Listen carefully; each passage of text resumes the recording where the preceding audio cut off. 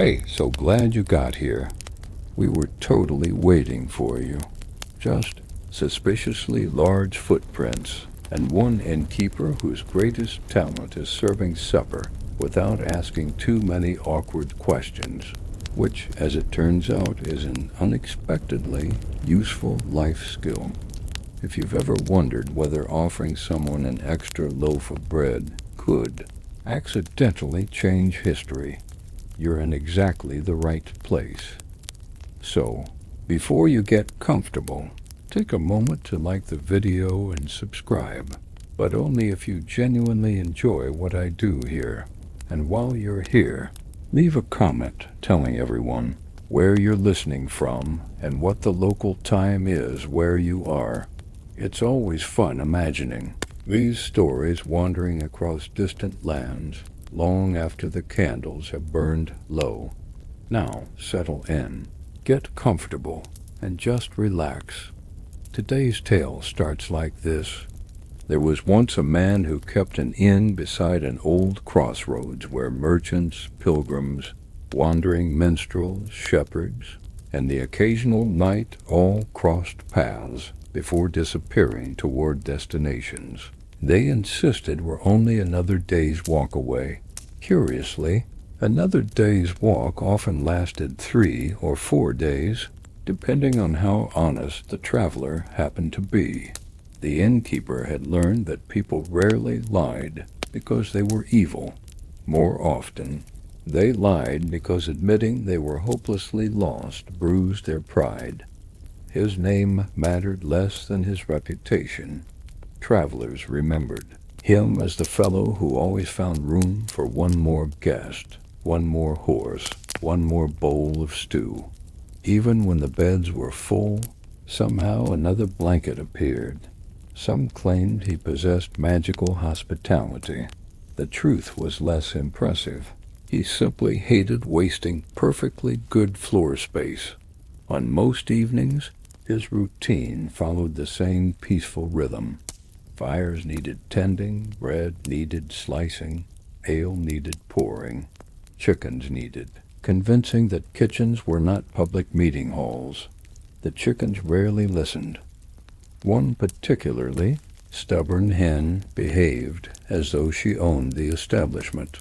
She marched through doorways with the confidence of a queen, inspecting loyal subjects. Even visiting nobles stepped around her. It was difficult to argue with someone carrying that much confidence. As dusk settled beneath heavy clouds, the usual stream of guests began thinning. Merchants counted coins, pilgrims stretched sore feet.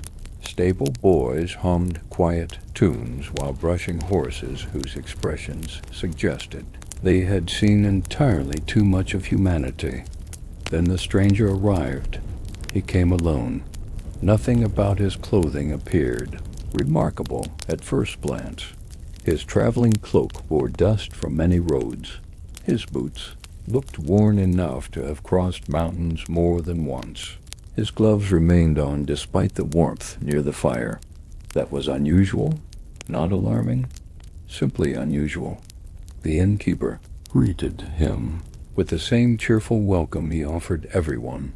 The stranger nodded politely. His voice carried an odd calmness.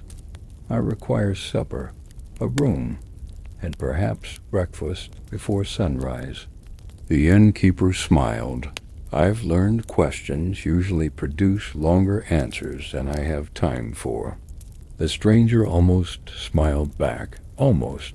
It was the smallest movement imaginable, disappearing so quickly the innkeeper wondered whether he had imagined it. Dinner arrived shortly afterward. Roasted vegetables, fresh bread, cheese, a generous serving of venison stew. The stranger thanked him politely. Then he finished everything, every crumb, every drop, every last carrot. The innkeeper blinked. That was impressive, not impossible, just impressive. So he brought another serving. The stranger finished that one too, then another loaf of bread, then dried, apples, then smoked fish intended for tomorrow, then enough cheese to concern anyone responsible for purchasing cheese. The innkeeper quietly calculated how many ordinary guests this meal would have satisfied. 7, possibly 8, if one of them claimed not to be hungry. The stranger finally leaned back. "I apologize, don't. You expected payment?" "I expected to visit the market earlier than planned tomorrow." For the first time, the stranger laughed. IT was surprisingly warm. Not loud, not theatrical, just genuine. Outside, rain began falling across the road, tapping gently against shutters. Inside, conversations drifted lazily between tables. One merchant insisted he had once wrestled a wolf. Another traveler politely asked whether the wolf had agreed to participate. Nobody received a convincing answer. The innkeeper collected empty bowls while quietly observing his newest guest. Years of welcoming strangers had sharpened certain instincts. Exhausted soldiers sat differently than merchants. Scholars handled cups differently than sailors. Hunters noticed exits. Minstrels noticed audiences. This traveler noticed everything. His eyes never lingered long, yet somehow seemed aware of every doorway, every window, every shadow, not with fear, with habit, as though spending centuries avoiding unpleasant surprises. Of course, the innkeeper had nitrogen monoxide reason to think in centuries. He simply thought the fellow seemed remarkably alert. Later that evening, as guests settled into sleep, the innkeeper stepped outside to enjoy the cool rain. Clouds drifted across the moon. The crossroads stretched empty in every direction, except the stranger stood alone near the edge of the fields, looking upward, not at the clouds. Beyond them, his posture carried an unmistakable longing, almost homesickness. The innkeeper considered interrupting, but thought better of IT. Some silences deserved respect. An eccentric little belief surfaced in his memory. Old shepherds sometimes claimed that creatures who belonged to the sky often stared at storms, because thunder reminded them of forgotten conversations. Ridiculous. Oh, of course, then again, shepherds spent more time watching skies than most philosophers ever did. Perhaps they noticed things everyone else ignored. When the stranger finally returned indoors, tiny droplets of rain clung to his cloak. Curiously, none seemed to soak into the fabric. They simply rested there before sliding away. The innkeeper frowned only for a heartbeat. Waxed cloth, prepared breakfast, porridge, EGGS, fresh butter, more bread, far more bread. He decided it wiser not to underestimate the appetite. This time, an excellent decision. The stranger thanked him once again before eating enough to leave the nearby bakery in quiet admiration. "You cook well," the traveler said. "My mother insisted hungry people become grumpy people." A wise woman. She also claimed never to argue with geese. Even wiser. Both men shared another brief laugh. There was something strangely comfortable about the conversation. No grand speeches. Nitrogen monoxide dramatic revelations. Only two tired men discussing ordinary things while dawn painted pale gold across the hills. When breakfast ended, the stranger reached into his cloak and placed several heavy silver coins upon the table. Far too many. The innkeeper pushed half of them back. "You've overpaid." "I have not." "You certainly have. I ate considerably more than expected." "So you did." "Then accept them."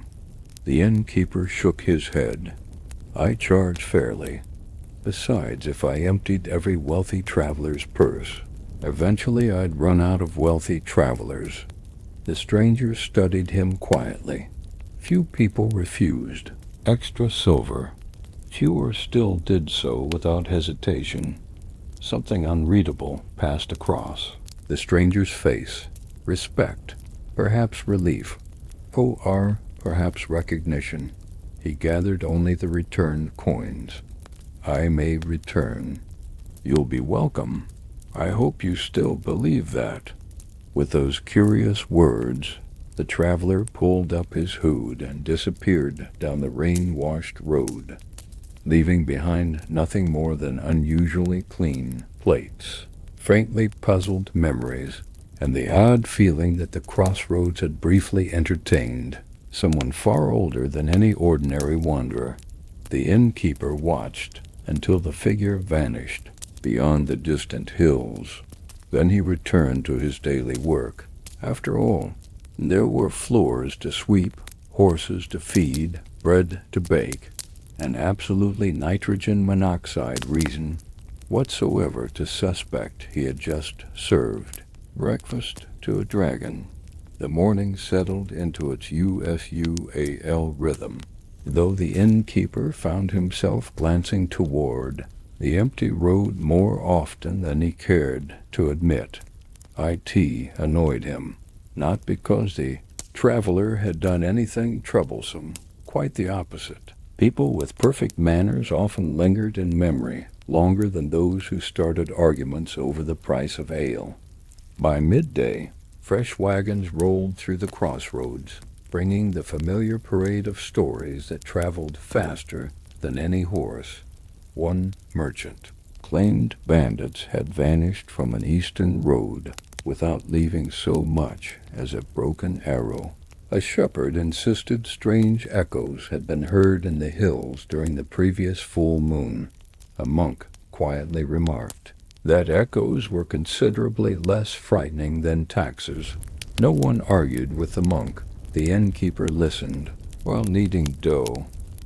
Travelers loved mysteries almost as much as they loved exaggeration. Sometimes the two became impossible to separate. An elderly woman carrying baskets of herbs stopped by before continuing toward a nearby village. She accepted a bowl of soup and repaid him with a handful of fragrant thyme.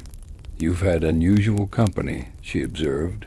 The innkeeper raised an eyebrow. "I usually do. Nitrogen monoxide." She smiled gently. "I mean unusual." He laughed. "That's wonderfully specific. I smelled smoke." He blinked. "There hasn't been a fire. Not that sort." She tapped the side of her nose. "Old smoke." The statement lingered in the air long after she departed. The innkeeper sniffed his sleeves. Flour, onions, rosemary, a trace of chimney soot. Nothing remarkable. He shrugged and returned to shaping loaves. Old herbalists possessed a remarkable talent for sounding mysterious while discussing perfectly ordinary things. That afternoon brought another curious visitor. A blacksmith from a neighboring village arrived with a wagon wheel needing repair.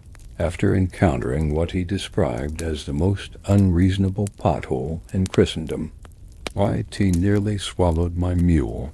How large was the hole? IT looked smaller before I reached IT. A convenient sort of hole, the worst kind. They shared a chuckle while unloading supplies. The blacksmith paused. "Odd question. Go on." "Did a tall traveler pass through yesterday?" "He did." "Wearing dark gloves?" "YES." The blacksmith scratched his beard. "I found footprints on the northern trail this morning." "That sounds normal." The man's footprints were normal, and beside them were marks I've never seen. The innkeeper wiped flour from his hands. "What sort of marks?" The blacksmith hesitated, as though someone had dragged enormous branches through the mud. "Perhaps they did." There were nitrogen monoxide branches. Silence settled between them. Finally, the blacksmith shrugged. Probably some oversized elk. I've never heard of an elk dragging trees. Neither have one. They wisely changed the subject to wagon repairs. Still, the conversation refused to leave the innkeeper's thoughts. That evening he stepped outside once more as sunset painted the fields with amber light. The crossroads stretched peacefully toward distant forests. Swallows dipped through the air, chasing insects. Everything appeared exactly as IT always had. Yet something felt larger, as though the world had quietly expanded without asking permission. Perhaps that was what happened. Whenever an unexpected stranger crossed one's path, the road remained the same. The traveler changed. As twilight deepened, another group of guests arrived, 3 wool merchants, with cheerful voices and spectacularly muddy boots. One immediately asked whether supper included turnips. "It does. Wonderful." "I've never heard anyone sound delighted about turnips." The merchant smiled proudly. "You've never traveled with my brothers." His companions groaned. Apparently the family possessed strong opinions about vegetables. During supper, the conversation drifted toward old legends.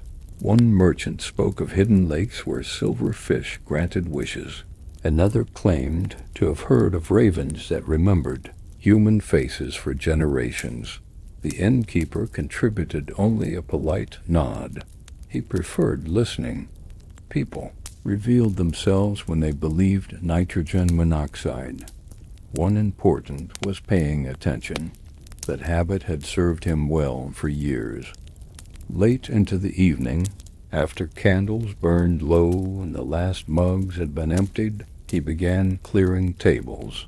Near the stranger's old seat, something caught the firelight. A single scale.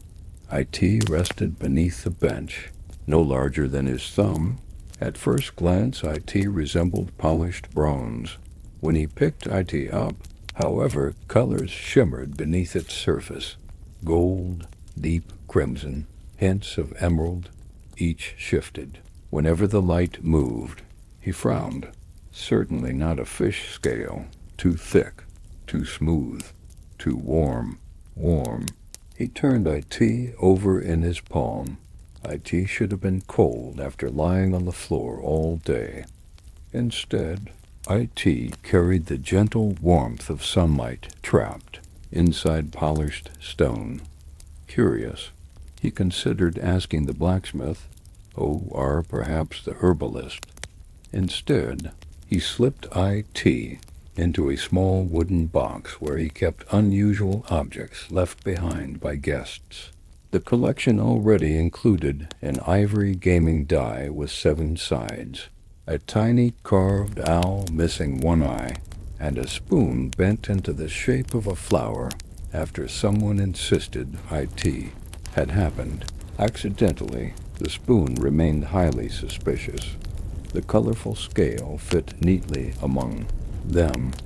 Nitrogen monoxide reason to think IT extraordinary. At least not yet. An eccentric bit of local folklore floated back into his memory. Some old woodsmen believed dragons occasionally shed scales, not because they grew larger, but because memories became too heavy to carry forever. Each lost scale supposedly held a forgotten dream. The innkeeper smiled to himself. A charming story, completely impossible. Still, he found himself closing the wooden box rather gently. Days passed. Business continued. Rain came and went. Harvest wagons crowded the roads. Children chased geese with all the tactical brilliance of inexperienced generals. Life moved exactly as IT always had until one gray afternoon. The familiar traveler returned. This time there was fresh mud upon his boots. Small tears marked the edge of his cloak. His face looked more tired than before, yet his calm expression remained unchanged. The innkeeper greeted him with the same easy smile. "Back already? I said I might return, and I said you'd be welcome." The traveler inclined his head. I remembered. No further explanation followed. None seemed necessary. Supper was prepared once again. This time the innkeeper quietly doubled every portion before carrying it to the table. The traveler noticed immediately. "You anticipated my appetite. I dislike making unnecessary trips to the kitchen." A faint smile appeared. "A practical man. I've been called worse." The first platter disappeared. Then the second. Then a third. Several nearby merchants stared openly. One whispered, "Is he feeding a family beneath the table?" The innkeeper answered without missing a beat. "If so, they're remarkably polite." A ripple of laughter swept through the room, and the curious glances faded. The traveler looked grateful, not because of the extra food, because the questions had ended. As the evening wore on, the innkeeper noticed something else. Whenever the fire crackled sharply, or a log shifted with a shower of sparks, the traveler instinctively looked toward the flames, not nervously, almost fondly, like someone watching an old friend across a crowded room. The innkeeper poured another cup without comment. Some secrets announced themselves only. Silence was protecting something far greater than either of them had yet spoken aloud. The stranger remained at the inn for 3 days, not because storms blocked the roads, not because illness slowed his journey. He simply stayed. For most travelers, lingering meant idle chatter, card games, or finding increasingly creative excuses to avoid continuing uphill with an overloaded cart. The stranger did none of those things. He rose before sunrise every morning. He disappeared into the surrounding countryside for hours. He always returned before dusk, and somehow, despite walking through muddy fields and dense woodland, he never seemed particularly dirty. The innkeeper noticed. He noticed many things, not because he was suspicious, because an innkeeper who failed to notice details usually ended up with unpaid bills, missing spoons, or someone attempting to stable a goat inside a guest room. Experience had taught him that people rarely announced trouble. Trouble preferred making quiet entrances. On the 4th morning, while carrying sacks of barley toward the storage shed, he found the stranger standing beside the old well. The traveler was studying the water, not drinking, simply watching his reflection ripple beneath the surface. "You look as though you're expecting the well to answer a question," the innkeeper remarked. The stranger glanced over. "What if I am? I'd recommend lowering the bucket first." A brief smile crossed the man's face. Wise advice. I've discovered wells are poor conversationalists. They are excellent listeners. The innkeeper leaned against the stone rim. That may explain why people tell them so many secrets. For a few moments, neither spoke. Birdsong drifted through the cool morning air. A pair of swallows darted above the rooftops, swooping so close to one another that they seemed to share a single shadow. Finally, the traveler broke the silence. "Do you ever leave this place?" "Sometimes, but rarely." "Rarely. Why?" The innkeeper shrugged. "The roads bring the world to me." The traveler considered that. An unusual way to see the world. Less walking. "I suspected that might be part of your philosophy."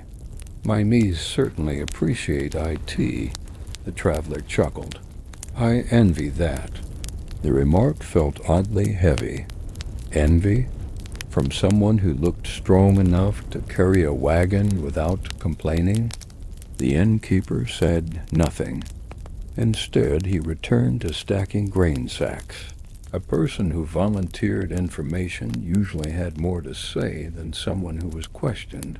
By afternoon, the sky had turned an unsettling shade of gray, not storm gray, something quieter, the sort of sky shepherds watched carefully, the sort that made birds fly lower than USUAL. The innkeeper stepped outside just as a flock of crows burst from the nearby forest. Dozens of them, perhaps hundreds. They circled high overhead before disappearing toward the eastern hills. The stranger emerged moments later. His expression had changed.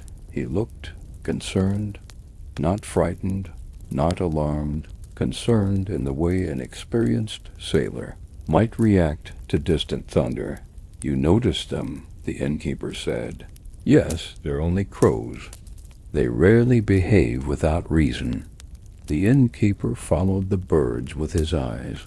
"My grandmother used to say crows carried gossip between kingdoms." What else did she say? That if one stole your breakfast, IT probably deserved IT more. The traveler laughed softly. A practical woman. She raised 6 children. Then practicality was undoubtedly necessary. As evening approached, an unfamiliar rider appeared from the north. Unlike most guests, he did not seem tired. He seemed impatient. His horse wore fine tack. His cloak bore the embroidered crest of a minor noble house. Dust covered both almost equally. The man strode inside without removing his gloves. My Sika traveler. The room felt noticeably quieter. The innkeeper continued wiping a table. "You're describing nearly everyone who visits." A tall man. That narrows IT slightly. Dark cloak. "We're making progress." The nobleman's patience began fraying. He arrived several days ago. The innkeeper smiled pleasantly. "I'm afraid you'll need to be more specific." The stranger sat quietly in the corner, calmly eating stew. If the newcomer recognized him, he gave nitrogen monoxide sign. Neither did the traveler. The nobleman scanned the room. His eyes passed directly over the stranger, then continued. ODD, very ODD. After several tense moments, the rider muttered something about wasting time and returned outside. Soon the sound of galloping hooves faded down the western road. The innkeeper stared toward the doorway. "He didn't see you." The traveler calmly folded another piece of bread. "No." "How?"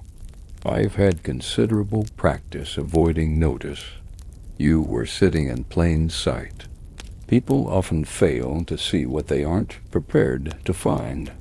That answer somehow explained everything, and absolutely nothing. Later that night, after every guest had retired, the traveler approached the kitchen carrying an empty bowl. "You've been generous. You've been hungry. I owe you honesty." The innkeeper looked up from washing dishes. "Oh, I cannot tell you everything. I wasn't expecting everything. But I can ask a favor." The innkeeper dried his hands. "What sort of favor? A journey?" He waited. The traveler continued. "I need supplies carried somewhere few men would willingly travel." "How far?" "A day's walk." "What kind of supplies?" "Mostly food." The innkeeper blinked. "That is less mysterious than I expected. It won't remain that way." There was nitrogen monoxide threat in the words. Only quiet certainty. The innkeeper considered the request. Ordinarily he would refuse. Leaving the inn meant lost business. Extra work upon returning. Complaints from regular customers who disliked finding unfamiliar faces running the kitchen, yet something deep inside him whispered that this crossroads had already changed. Perhaps this was simply the next bend in the road. I'll need someone to mind the inn. I expected as much. The blacksmith owes me a favor. He seems dependable. He still owes me for 6 meat pies. The traveler nodded solemnly. That is a debt few honorable men ignore. The innkeeper smiled. I knew you'd understand. By sunrise the following morning, preparations had begun. Bread, hard cheese, smoked meat, barrels of dried apples, honey, several sacks of oats, enough provisions to feed a small household for weeks. O.R., one unusually enthusiastic traveler for a long weekend. As they loaded the mule cart, the blacksmith arrived.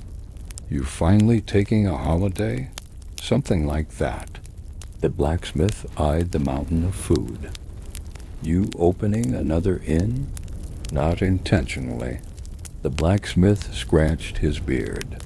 If you discover a place where customers eat less, let me know. I promise. The blacksmith lowered his voice. Your friend? Yes? There's something different about him. I've noticed. I can't explain it. You don't have to. The blacksmith nodded. Sometimes uncertainty felt easier when shared. By mid-morning, the cart rolled away from the crossroads. The familiar road soon narrowed into a forest track. Ancient oaks arched overhead. Sunlight filtered through leaves and shifting patches of gold. The air smelled of moss, damp earth, and pine resin. For a long while, neither man spoke.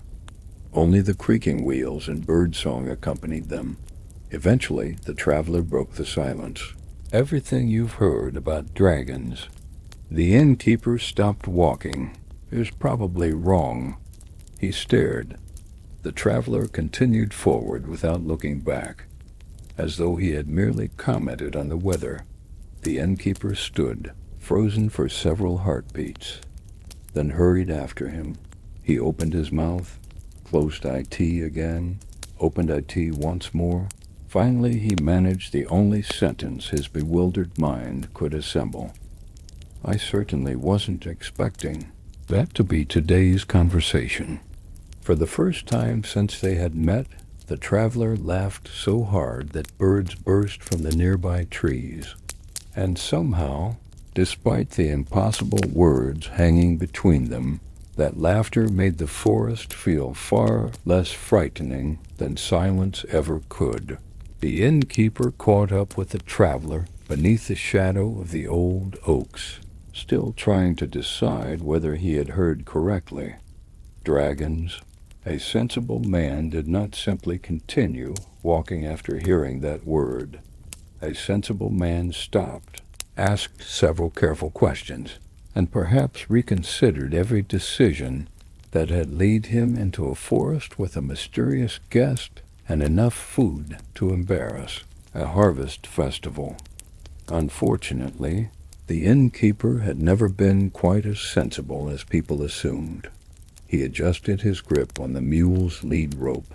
When you say everything I've heard about dragons is wrong, most things, that leaves room for one or two things being correct. Yes. Is fire one of them? The traveler glanced back. Occasionally. Occasionally is doing a great deal of work in that sentence. The traveler almost smiled. That depends on where one is standing. The innkeeper looked down at his boots. I prefer standing somewhere not on fire. A common preference. They continued along the narrowing path. The forest thickened.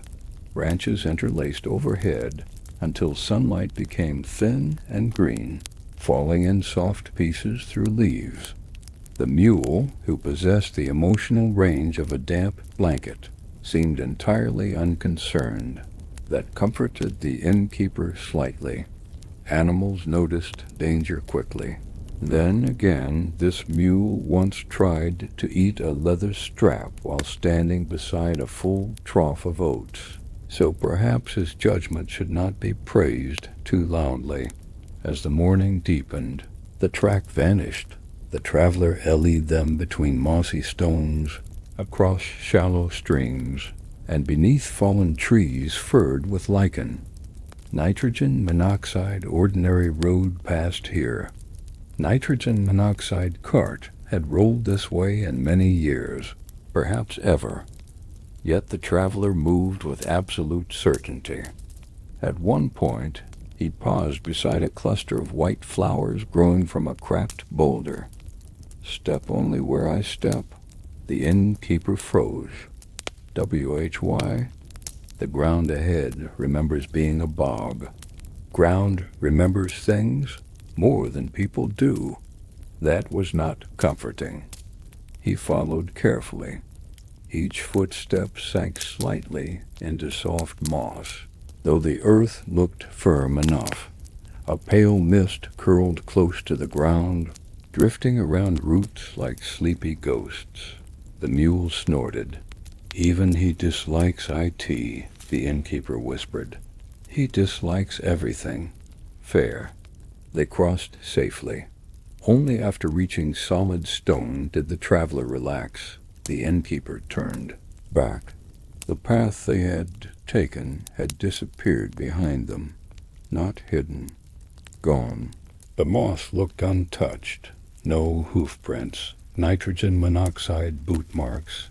Nitrogen monoxide wheel tracks. He swallowed. You might have mentioned. The forest could do that. It dislikes being predictable. So do several of my customers, but they don't rearrange geography. Perhaps they lack ambition. Despite himself, the innkeeper laughed. Softly, carefully, as if laughter might disturb whatever old things slept beneath the roots. By late afternoon, the forest began climbing. The trees thinned. Cold air rolled down from higher ground, smelling of snow, though none lay nearby. Ahead rose the mountains, not the friendly blue hills visible from the crossroads, softened by distance and afternoon haze. These were older mountains, harder, their dark ridges cut against the sky like broken teeth. The traveler stopped at the base of a narrow ravine. We leave the cart here. The innkeeper looked at the provisions. All of IT? Only what we can carry. That's still quite a lot. I can manage most. The traveler lifted 2 sacks as though they were stuffed with feathers. The innkeeper wisely chose not to comment. He loaded himself with bread, cheese, and a small barrel of honey, because if doom was waiting, at least doom would be well catered. The mule remained behind in a sheltered hollow, where grass grew strangely green despite the rocky soil. The traveler murmured something in a language the innkeeper did not recognize. The mule lowered its head and began grazing peacefully. What did you say? I asked the hill to keep him safe. And did the hill agree?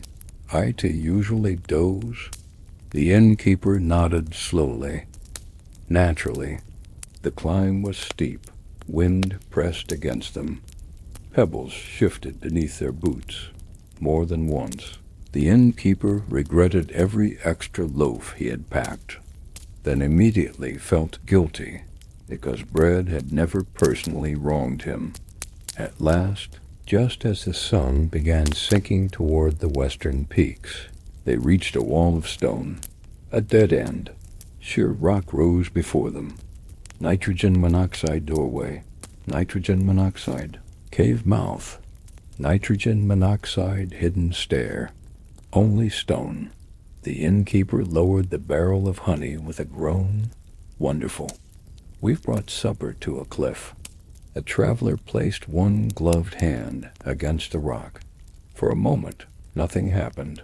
Then the mountain breathed.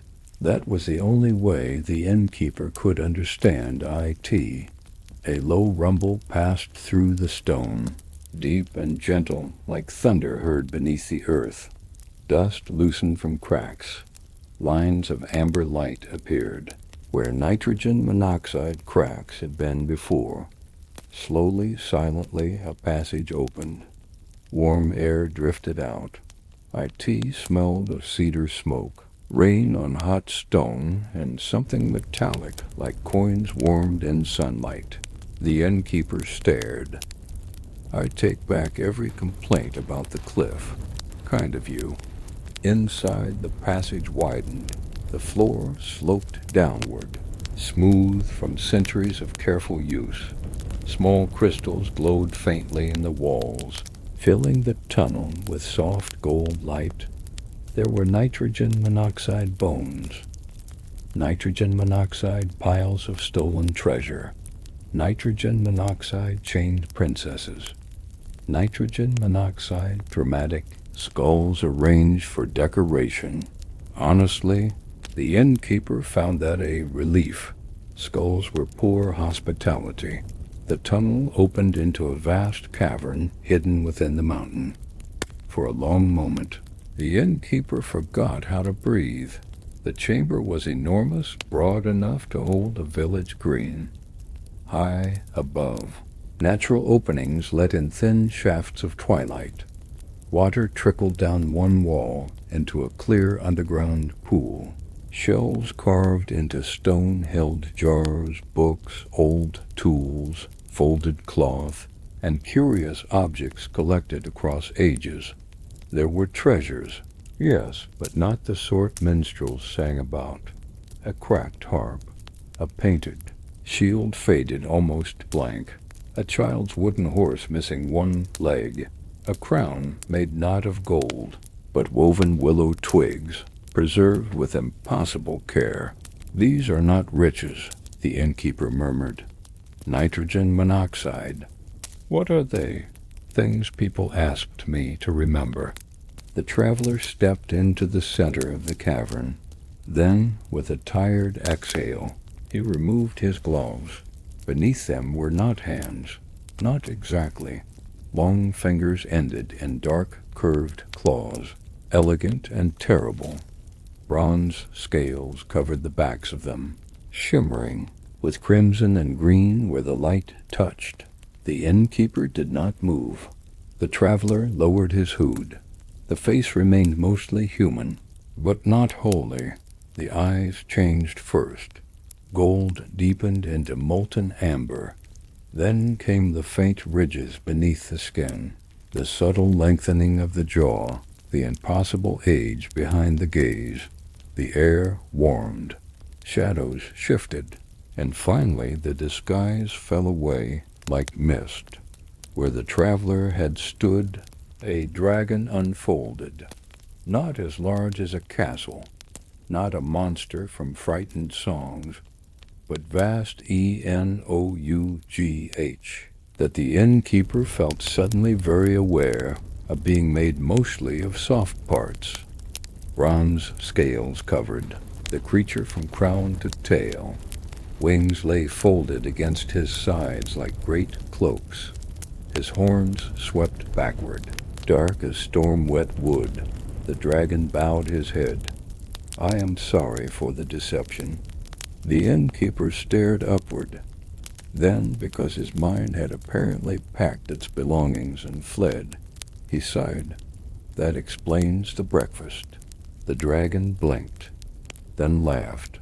The cavern shook gently with IT. From somewhere high above, a pebble dropped into the pool with a tiny splash. The innkeeper sat down on a nearby stone before his knees could make independent plans. The dragon watched him carefully. You are afraid. YES, yet you stayed. I am also carrying the honey. Ah, one should not abandon honey. An honorable principle. The innkeeper breathed slowly. Fear remained, of course, but alongside IT came wonder. Here was the hidden truth beneath every rumor, every strange footprint, every warm scale. Not a beast guarding stolen gold, not a nightmare with wings. a lonely creature in a mountain full of memories. The dragon turned toward the shelves. I remain hidden because men remember fear more easily than promises. Once, my kind and yours spoke openly. We advised kings, guarded valleys, listened to poets who took themselves far too seriously. Some things never change, indeed. A faint sadness entered his voice. Then greed grew louder. Swords were raised. Eggs were stolen. Oaths were broken. Those who survived vanished into high places and deep stone. The innkeeper looked around the refuge. And you stayed here? For a long time? Alone? Mostly. Mostly. Mostly, you stayed here. For a long time. Alone? Mostly? And you stayed... There it was, the word that made the cavern feel larger and quieter than before. Mostly, the innkeeper thought of the inn, with its noise, muddy boots, bad jokes, near the pool, folding his claws beneath him. There is one more thing you should know.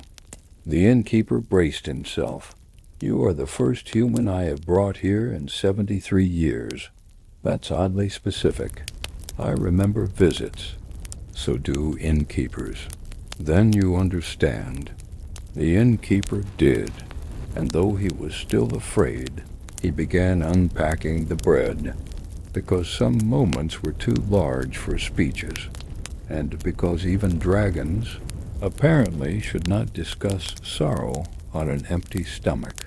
The innkeeper unpacked the food on a flat stone near the pool.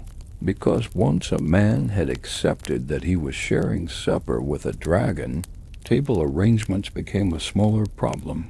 Bread went first, then cheese, then smoked meat, then dried apples. The small barrel of honey received special care, partly because honey was precious, and partly because the dragon watched it with the focused attention of a cat pretending not to want fish. Do dragons like honey? The innkeeper asked. The dragon lowered his enormous head. Very much. That may be the least terrifying thing I've learned today. Many terrifying creatures enjoy sweetness. I'll remember that before judging the next bishop who asks for extra sugared pears. The dragon gave a low rumble that might have been laughter. It rolled through the cavern gently, stirring the surface of the pool. They ate in quiet companionship, or rather, the innkeeper ate like a man. The dragon ate like a controlled landslide. He was careful, though surprisingly careful. Each claw moved with exact grace, lifting food without crushing it. He broke bread into pieces rather than swallowing whole loaves, though the innkeeper suspected this was done mainly out of politeness. It was a strange thing, watching power practice manners. After a while, the innkeeper asked, "Do you have a name?" The dragon paused. "I have several. That sounds inconvenient. It depends on who is speaking. Which one may I use?" The dragon considered. "My oldest name would twist your tongue. Many noble names already do that. My court name belongs to a world that ended." "Then not that one." "My enemies named me Ash Crown. Cheerful people, I imagine. Not especially." The innkeeper spread honey over bread. "What do your friends call you?" The dragon was silent for so long that the question seemed to echo. At last he sighed, "Brindle." The innkeeper looked up. "Brindle?" "It was given to me by a girl who thought my scales looked like autumn leaves in muddy water. That is either very poetic or very rude. She was 6. Then probably both." Brindle's eyes softened. She had sticky hands and nitrogen monoxide fear at all. Children are famous for both. The innkeeper offered him a honeyed piece of bread. Brindle accepted IT delicately between two claws. That was how their friendship began properly, not with vows, not with heroic declarations, but with bread, honey, and the quiet discovery that both of them enjoyed insulting pompous minstrels. The innkeeper stayed until dawn. Not because he intended to. He simply lost track of time. Brindle showed him the cavern shelves, each object carrying a story. The cracked harp had belonged to a blind singer who once played for winter wolves. The painted shield had been carried by a knight who never won a tournament but once rescued 12 trapped miners using only rope, patience, and what Brindle called spectacular stubbornness. The willow crown had been made by children during a spring festival in a village now swallowed by forest. "Why keep all this?" the innkeeper asked. Brindle gazed at the shelves. "Because when nitrogen monoxide 1 remembers, a life vanishes twice." The innkeeper said nothing for a while. He understood ledgers, debts, recipes, rooms, filled and emptied. But this was another kind of keeping, a ledger of tenderness. Before they left the mountain, Brindle placed one bronze scale in the innkeeper's palm. Not shed by accident this time, given. "If you need me, warm this near a flame." The innkeeper studied IT. "Will you hear IT? I will feel IT. That is deeply unsettling. IT is also useful. Most unsettling things are." They returned by the same hidden path, though the forest seemed less hostile now. The moss still hid the ground. The trees still watched in that ancient leafy way trees had, as though judging everyone's posture. But the innkeeper nitrogen monoxide longer felt entirely unwelcome. Back at the crossroads, life rushed around him with loud, ordinary insistence. The blacksmith complained that a merchant had tried to pay with 2 buttons and a story. A pilgrim had misplaced his sandals. The proud chicken had conquered a sack of barley and was defending IT like a besieged fortress. The innkeeper almost wept with relief at the nonsense of IT all. The days that followed settled into a new pattern. Every week, sometimes twice, Brindle came by in human shape. Sometimes he stayed for supper. Sometimes he simply collected supplies and left before anyone noticed him. The innkeeper learned to prepare large covered baskets and ask nitrogen monoxide foolish questions. In return, Brindle brought strange gifts. Not gold. Never gold. A blue stone that stayed cool even beside the hearth. A bundle of mountain herbs that made soup taste richer. A tiny silver bell that rang only during snowfall. The bell was especially useless in summer, but the innkeeper admired its dedication. One evening, Brindle arrived while rain hammered the roof and wind pushed smoke down the chimney. The common room was empty except for the innkeeper, who was attempting to repair a stool leg with more optimism than skill. Brindle watched. "That will not hold." "I know." "Then why continue?" "Because admitting defeat to furniture feels undignified." Brindle lowered himself onto a bench. The bench creaked. Both of them froze. "It is sturdy," the innkeeper sighed, lying bravely. "IT is screaming. Benches are dramatic." Brindle stood. The bench survived, though not happily. That became one of their customs. Small conversations around ordinary disasters. The dragon spoke of winds.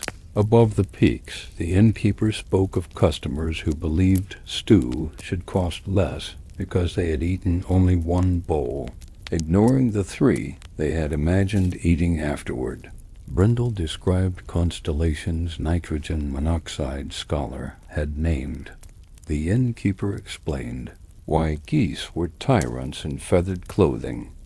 Neither man nor dragon tried to make the friendship grand. That was why it worked. An eccentric fact Brindle once shared stayed with the innkeeper. Dragons, he said, could taste minerals in water the way humans tasted herbs in broth. Copper made streams seem bright. Limestone made them soft. Iron gave them a red, stubborn flavor.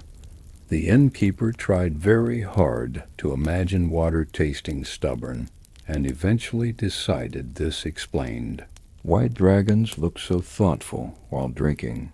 Months passed. Trust grew not like fire, sudden and bright, but like moss on stone, quiet, patient, nearly invisible until one day IT covered everything. The innkeeper learned when Brindle wanted company and when silence would serve better. Brindle learned that humans needed sleep more often than seemed reasonable. The innkeeper learned not to stand behind a dragon. No one at the crossroads knew the truth. Not the blacksmith, not even the chicken, though she eyed Brindle suspiciously whenever he visited, and honestly, that hen probably knew more than she let on. One night, as autumn settled gold and brown over the fields, Brindle lingered outside the inn, beneath a sky full of stars. The innkeeper joined him, carrying 2 cups, ale for himself, warm spiced milk for Brindle's human disguise, which amused him greatly. "You could live here more often," the innkeeper sighed. Brindle looked toward the distant mountains. "No. Because of danger? Because I am not built for small rooms. Fair. And because secrets grow careless when they become comfortable." The innkeeper understood. Still, the words saddened him. Brindle noticed, "I have been alone for longer than your kingdom has had its name. That is a grim way to count years. It is accurate. Accuracy is often rude." Brindle smiled faintly. Then he sighed, "But I am less alone now." The innkeeper looked into his cup. For once, he had nitrogen monoxide joke ready, so he simply nodded. Above them the stars burned quietly, old and patient, and between a man of roads and rooms and a dragon of flame and memory, something gentle had taken root. Not safe, not simple, but real. Autumn settled over the countryside with the quiet confidence of an old king, who nitrogen monoxide longer needed to announce his arrival. The trees traded their summer greens for deep golds and burnished reds. Morning mist lingered longer across the fields, and travelers arrived wrapped in heavier cloaks, eager for warm meals and warmer conversations. The innkeeper noticed another change. Stories, not the ordinary sort, about stubborn oxen or dishonest toll collectors. Different stories. Stories that circled the mountains. One evening, a fur trader from the northern valleys leaned across the supper table and lowered his voice. "They say smoke rises from the eastern peaks without any fire beneath IT." A shepherd shook his head. "That's only fog." The trader frowned. "Fog doesn't glow at sunset. They might if the sunset is trying particularly hard." Several people nodded thoughtfully, despite nitrogen monoxide 1 having any idea what that meant. The innkeeper quietly refilled mugs. Rumors, like bread dough, tended to grow larger when left unattended. Unfortunately, nitrogen monoxide 1 ever remembered to knead the rumors back down. 2 days later, another traveler arrived carrying an even stranger tale. "My cousin found sheep tracks," he declared. Sheep usually make sheep tracks, someone replied, beside footprints bigger than wagon wheels. The room fell silent. Giants? Asked a young apprentice. The traveler shrugged dramatically. Or worse. The village priest, who had stopped for lunch, calmly dipped another piece of bread into his stew. Worse than giants? Tax collectors. Even the apprentice laughed. The innkeeper smiled politely while pretending not to listen. Inside, however, a familiar unease settled into his thoughts. Too many stories. Too many people looking toward the same mountains. That evening, Brindle arrived after sunset. His cloak was damp with rain, and there were fresh scratches across one sleeve. Not deep, but unusual. The innkeeper noticed immediately. You've been climbing somewhere unpleasant. Brindle glanced at the torn fabric. The rocks have become less cooperative. I've always suspected rocks held grudges. They remember every careless step. The innkeeper closed the kitchen door behind them. No jokes this time? Brindle became still. What have you heard? The innkeeper repeated every rumor. The glowing smoke, the enormous tracks, the whispers, spreading from village to village. Brindle listened without interruption. When the innkeeper finished, the dragon sighed. It begins. What begins? The part of every old story that ends badly. The words lingered heavily between them. The innkeeper folded his arms. Can IT be stopped? Perhaps you don't sound convinced. I have seen curiosity become greed too many times. Silence followed. Finally, the innkeeper asked the question he had been avoiding. Has someone seen you? Brindle looked toward the darkened window. I do not know. That answer worried the innkeeper far more than certainty would have. The following morning brought confirmation. Not PROOF. Confirmation. 3 riders approached the crossroads shortly after dawn. Unlike ordinary travelers, they carried little luggage. Instead, each horse bore polished weapons and expensive saddlebags. Their cloaks displayed different noble crests. The men themselves shared one obvious characteristic. They observed everything, not casually, professionally. The tallest dismounted first. We seek information. The innkeeper smiled. Most travelers do. A mountain creature. That sounds broad. A dragon. The common room became very quiet. One merchant accidentally dropped his spoon. IT sounded remarkably loud. The tall rider continued. We are authorized by Lord Edric to investigate unusual reports. The innkeeper kept wiping the counter. I've heard unusual reports about cheese. The rider did not smile. So have the first, most of them exaggerated.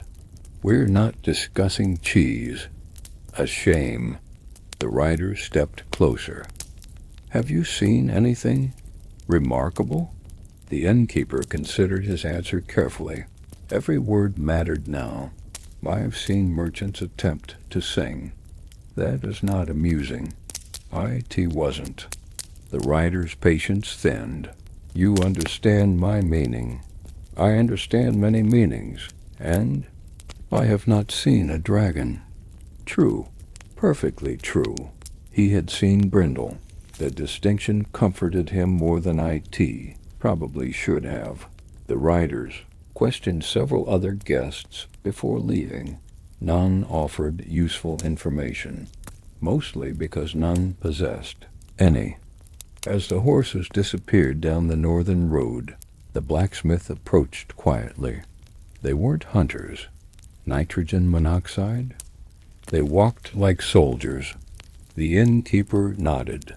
They asked careful questions. That's worse. The blacksmith scratched his beard thoughtfully. Careful men usually arrive before dangerous ones. That observation stayed with the innkeeper all afternoon.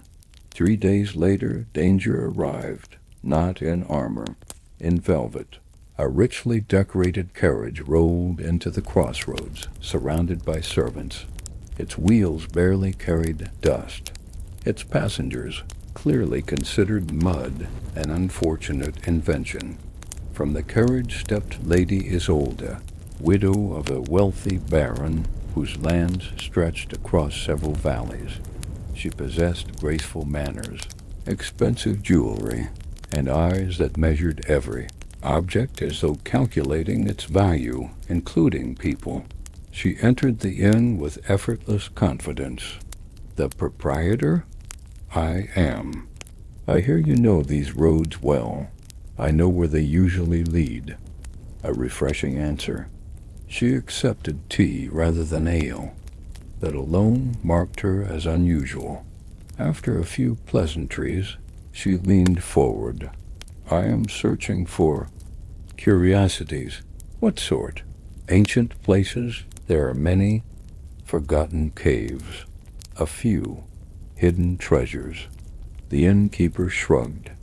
"If I knew where treasures were hidden, I'd probably repair the roof first." She smiled. A practical philosophy, but not an exciting one.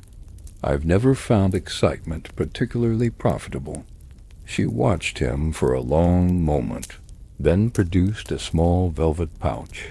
"Silver. A considerable amount. This is merely for useful conversation." The innkeeper looked at the coins. Enough to replace every worn mattress. Enough to purchase another wagon. Enough to solve problems that had annoyed him for years. He gently pushed the pouch back across the table. "I'm afraid I haven't earned IT." "You could. Then I'd rather earn it honestly." Lady Isolde studied him with growing interest. "You are difficult to purchase. I've never been for sale." She laughed softly. "Everyone says that. I imagine many disappoint you. Most do." She stood gracefully. "If you remember anything unusual, I'll remember that you enjoy tea." Another smile, this one colder. "I'm sure we shall meet again." After the carriage departed, the innkeeper remained standing in the doorway for several minutes. The pouch of silver had vanished with her, yet somehow its weight still lingered on the table. That evening he climbed the familiar mountain path. Alone, Brindle was waiting outside the hidden entrance before he arrived. "You came sooner than expected." "I was offered enough silver to forget my own name." Brindle's expression hardened. "They're organizing, I know." The dragon looked toward the valleys below. "There will be more. There already are." The innkeeper described the soldiers, Lady Isolde, the questions, the money, the careful smiles. Brindle listened with closed eyes. When the story ended, he remained silent for a long time. Finally he sighed. "Gold rarely begins wars. Nitrogen monoxide? It merely gives greed a louder voice." They entered the mountain together. Inside, Brindle seemed restless. He walked among the shelves of remembered objects, touching them gently with one claw. The cracked harp, the willow crown, the child's wooden horse, as though reassuring. Himself they remained. The innkeeper watched quietly. "You fear losing this place." Brindle nodded once. "I fear humans discovering IT." "You think they'll destroy IT?" "I think they will try to own IT." The distinction landed heavily. The innkeeper had seen that impulse before. A wealthy merchant, claiming a public well, a noble enclosing common pasture, a collector buying beautiful things only to lock them away. Ownership, not appreciation. Brindle stopped before a faded tapestry hanging near the back wall. I have survived hunters. I believe that. I have survived kings. I believe that, too. But greed. He looked toward the cavern entrance. Greed convinces ordinary people to become extraordinary fools. The innkeeper sighed. I wish I could argue. So do I. They shared supper in thoughtful silence. The dragon barely touched the honey.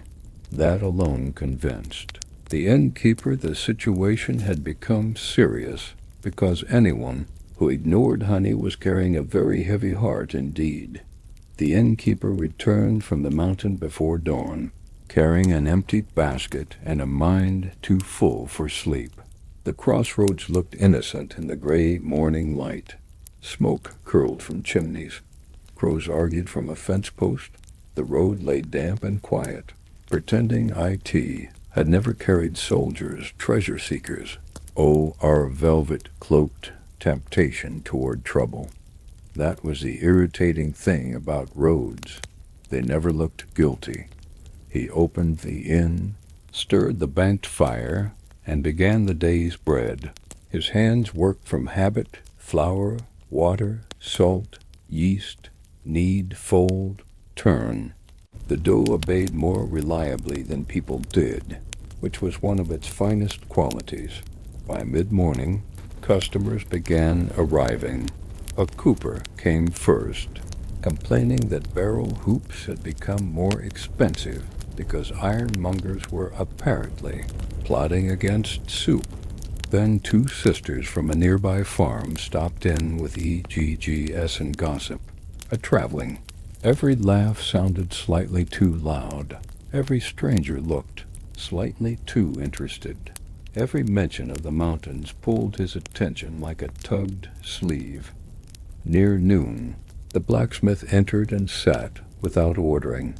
That was concerning. The blacksmith always ordered first, usually before sitting, sometimes before greeting anyone.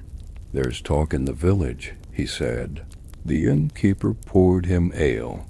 There's always talk in the village. Not like this. The blacksmith leaned closer. Lord Edric has posted a reward. The innkeeper kept his face still. For what? Information leading to the discovery of a dragon's lair. There it was. Not rumor anymore. Reward. A rumor with coin behind IT became far more dangerous. Like a drunk man handed a sword and praised for confidence. How much? The innkeeper asked. Enough. That's not a number. Enough for poor men to become careless.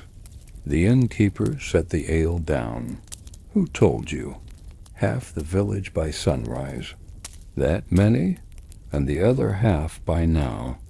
The blacksmith drank, then wiped his mouth with the back of his hand. People are excited. People are fools when excited. Some are frightened, too. That may be wiser. The blacksmith studied him. You know something. The innkeeper said nothing. That was answer enough. His friend sighed heavily. I don't need to know what. But if trouble is coming, don't stand under IT alone. The innkeeper felt a sharp warmth in his chest. Friendship often arrived dressed as annoyance. I'll remember. You'd better. I still need someone to sell me pies. Your concern is touching. I'm a deeply emotional man. You once wept when your hammer broke. That hammer understood me. They both smiled, but the silence afterward remained uneasy. By afternoon, temptation came in smaller forms. A farmer asked whether the innkeeper had seen strange lights in the mountains, and added that a reward could save his failing barn. A hunter mentioned he knew hidden tracks and only needed a little direction. A young man who had never left the valley declared that dragon treasure could make heroes of them all. The innkeeper looked at him and thought, kindly but firmly, that the boy was barely capable of making porridge without supervision. Greed had begun wearing hopeful faces that made IT harder to hate, harder, too, to resist, because the innkeeper knew these people. Their roofs leaked, their fields failed, their children outgrew shoes. Silver promised solutions, and promises were powerful, even when they came with claws hidden beneath them. That night, after closing, the innkeeper opened the small wooden box beneath his bed. Inside lay the seven-sided die, the carved owl, the suspicious spoon, and Brindle's scale. IT glowed softly in the candlelight, bronze and crimson, warm without flame. He held IT in his palm. A single word could betray everything. A careless glance. A nervous silence. A footprint followed. A basket counted. He had never considered loyalty as something heavy. Songs made loyalty sound bright and clean, all banners and noble speeches. In truth, loyalty felt more like carrying water in cupped hands while people kept bumping your elbows. Messy, anxious, constant. He closed his fingers around the scale. His conscience, unhelpfully, began asking questions. Was it right to hide a dragon from frightened villagers? Was it right to deny poor families the reward? Was it right to protect one friend when a whole valley might fear him? The innkeeper disliked moral questions. They rarely arrived with cooking instructions. He slept badly. Dreams came in fragments, coins spilling across stone, wings blotting out stars, Lady Isolde smiling over a table, Brindle alone among shelves of forgotten things. At dawn he rose with an answer, not a perfect one, just the only one he could live with. He would not betray Brindle, but neither would he dismiss the fear spreading through the villages. Fear ignored became uglier. Fear answered carefully might yet be softened. So, over the next days, the innkeeper began doing what he did best. He fed people. He listened. When travelers spoke of dragons stealing maidens, he asked gently whose maiden had been stolen. Nitrogen monoxide, one knew. When a man claimed dragons hoarded church bells, the priest admitted all his bells remained exactly where bells preferred to be. When hunters insisted mountains glowed with cursed fire, the innkeeper mentioned lightning sometimes struck iron-rich stone and left eerie marks. That was true enough, also boring enough to discourage 3 arguments. He did not call anyone foolish. That only made fools louder. Instead, he planted doubt like seeds, small, quiet, patient. An eccentric scrap of lore helped him too. Some old beekeepers believed bees could sense lies told in their hives, and if insulted by falsehood, they produced sour honey. The innkeeper began repeating this whenever rumor grew too ridiculous. Nobody wanted to be blamed for sour honey. Even liars respected breakfast. Still, the reward pulled people onward. One evening, Lady Isolde returned. Nitrogen monoxide carriage this time. Only 2 mounted guards and a cloak plain enough to be expensive by pretending not to be. She entered after sunset, when few guests remained. You refused me once, she sighed. I refuse many things. Burnt stew, wet mattresses, minstrels before breakfast. I admire your discipline. She sat across from him without invitation. Lord Edric grows impatient. That sounds uncomfortable for Lord Edric. He believes someone at this crossroads knows more than they say. At crossroads, everyone knows less than they say. Her smile thinned. I could make your life easier. People usually say that before making IT harder. She placed a folded parchment on the table. A royal seal marked IT. Not the king's own, but close enough to trouble any sensible man. Authority to seize property suspected of aiding threats to the realm. The innkeeper stared at the wax. There were moments when a room seemed to shrink. This was one. My inn is nitrogen monoxide threat. Then you have nothing to fear. A phrase beloved by people carrying keys to other people's doors. He met her eyes. What do you want? The truth? No. You want possession. For the first time her composure cracked. Only slightly. Enough. You speak boldly for an innkeeper. I clean vomit from stairs. Very little frightens me now. One of the guards coughed to hide a laugh. Lady Isolde rose. Choose carefully. Loyalty to monsters has ruined better men. After she left, the innkeeper remained still. His hands trembled only once. Then he warmed Brindle's scale near the hearth. Not enough to glow bright, only enough to call. The answer came as a sensation rather than sound. A pull in the chest, a memory of hot wind. By midnight, Brindle stood behind the inn, beneath the apple trees, human-shaped, but grim-eyed. The innkeeper told him everything. The reward, the parchment, the threats, the growing pressure. Brindle listened, then lowered his gaze. You should leave this, nitrogen monoxide. They may take your inn. Perhaps. They may imprison you. That would be inconvenient. This is not a jest. I know. Brindle's voice softened. You owe me nothing. The innkeeper looked at him for a long moment. That's where you're wrong. The dragon stilled. You trusted me with your home. You trusted me with your name.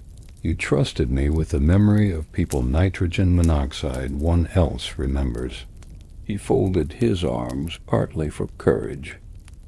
I owe you the same thing I owe any guest who sits at my table in peace. What is that? Not to sell him for silver. The wind moved through the apple branches.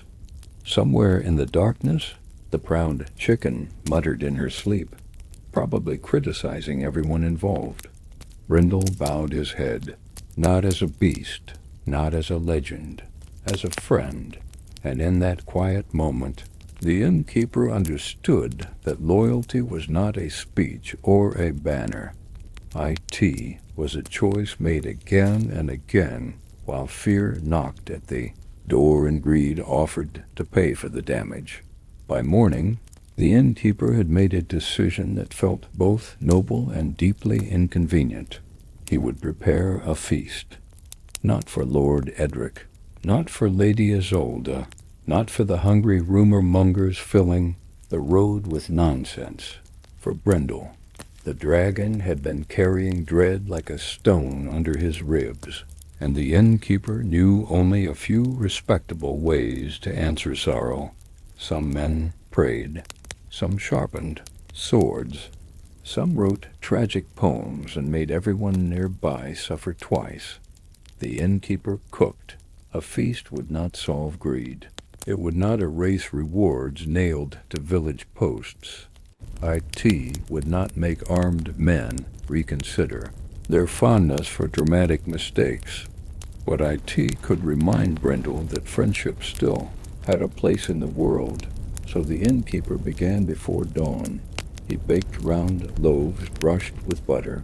He roasted onions until they turned sweet and golden.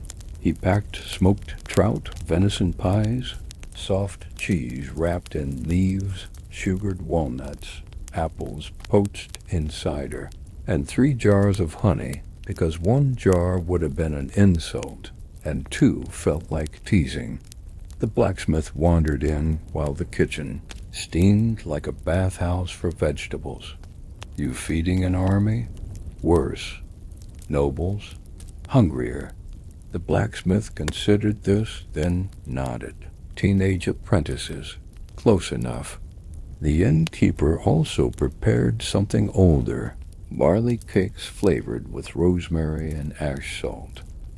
His grandmother had called them hearth cakes and claimed they were once served to honored guests before long journeys. They were dense enough to stun a duck if thrown, but surprisingly comforting when warm. An eccentric custom went with them. In certain mountain villages, people used to press a thumbprint into the center of each cake so the guest would know the food had been made by a living hand, not stolen from the dead. The innkeeper had nitrogen monoxide idea how often food theft from the dead had been a problem, but medieval people had a talent for worrying very specifically. By dusk, baskets covered every table. He closed the inn early. Naturally, 3 travelers immediately arrived demanding rooms. "We're full," he sighed. The common room was empty. One man peered past him. Full of what? Regret. They left confused, which was better than suspicious. The innkeeper carried the feast by cart as far as the hidden hollow, then loaded what he could onto his back. Brindle met him among the pines in human shape. "You brought too much. I have never respected that phrase. You cannot carry all this. Then stop looking human and be useful." Brindle blinked, then laughed softly, and for a moment the heaviness around him eased. In dragon form, he carried the baskets with absurd ease, though he handled each one delicately, as if the pies were royal infants with flaky crusts. Inside the mountain refuge, they set the food near the underground pool. The glowing crystals made the honey shine like captured sunset. Brindle lowered himself beside the stone table. "This is unnecessary." "Most good things are." The dragon looked at the spread in silence. Then he asked, very quietly, "WHY?" The innkeeper unpacked the hearth cakes. "Because fear has been doing all the talking lately." Brindle sighed nothing.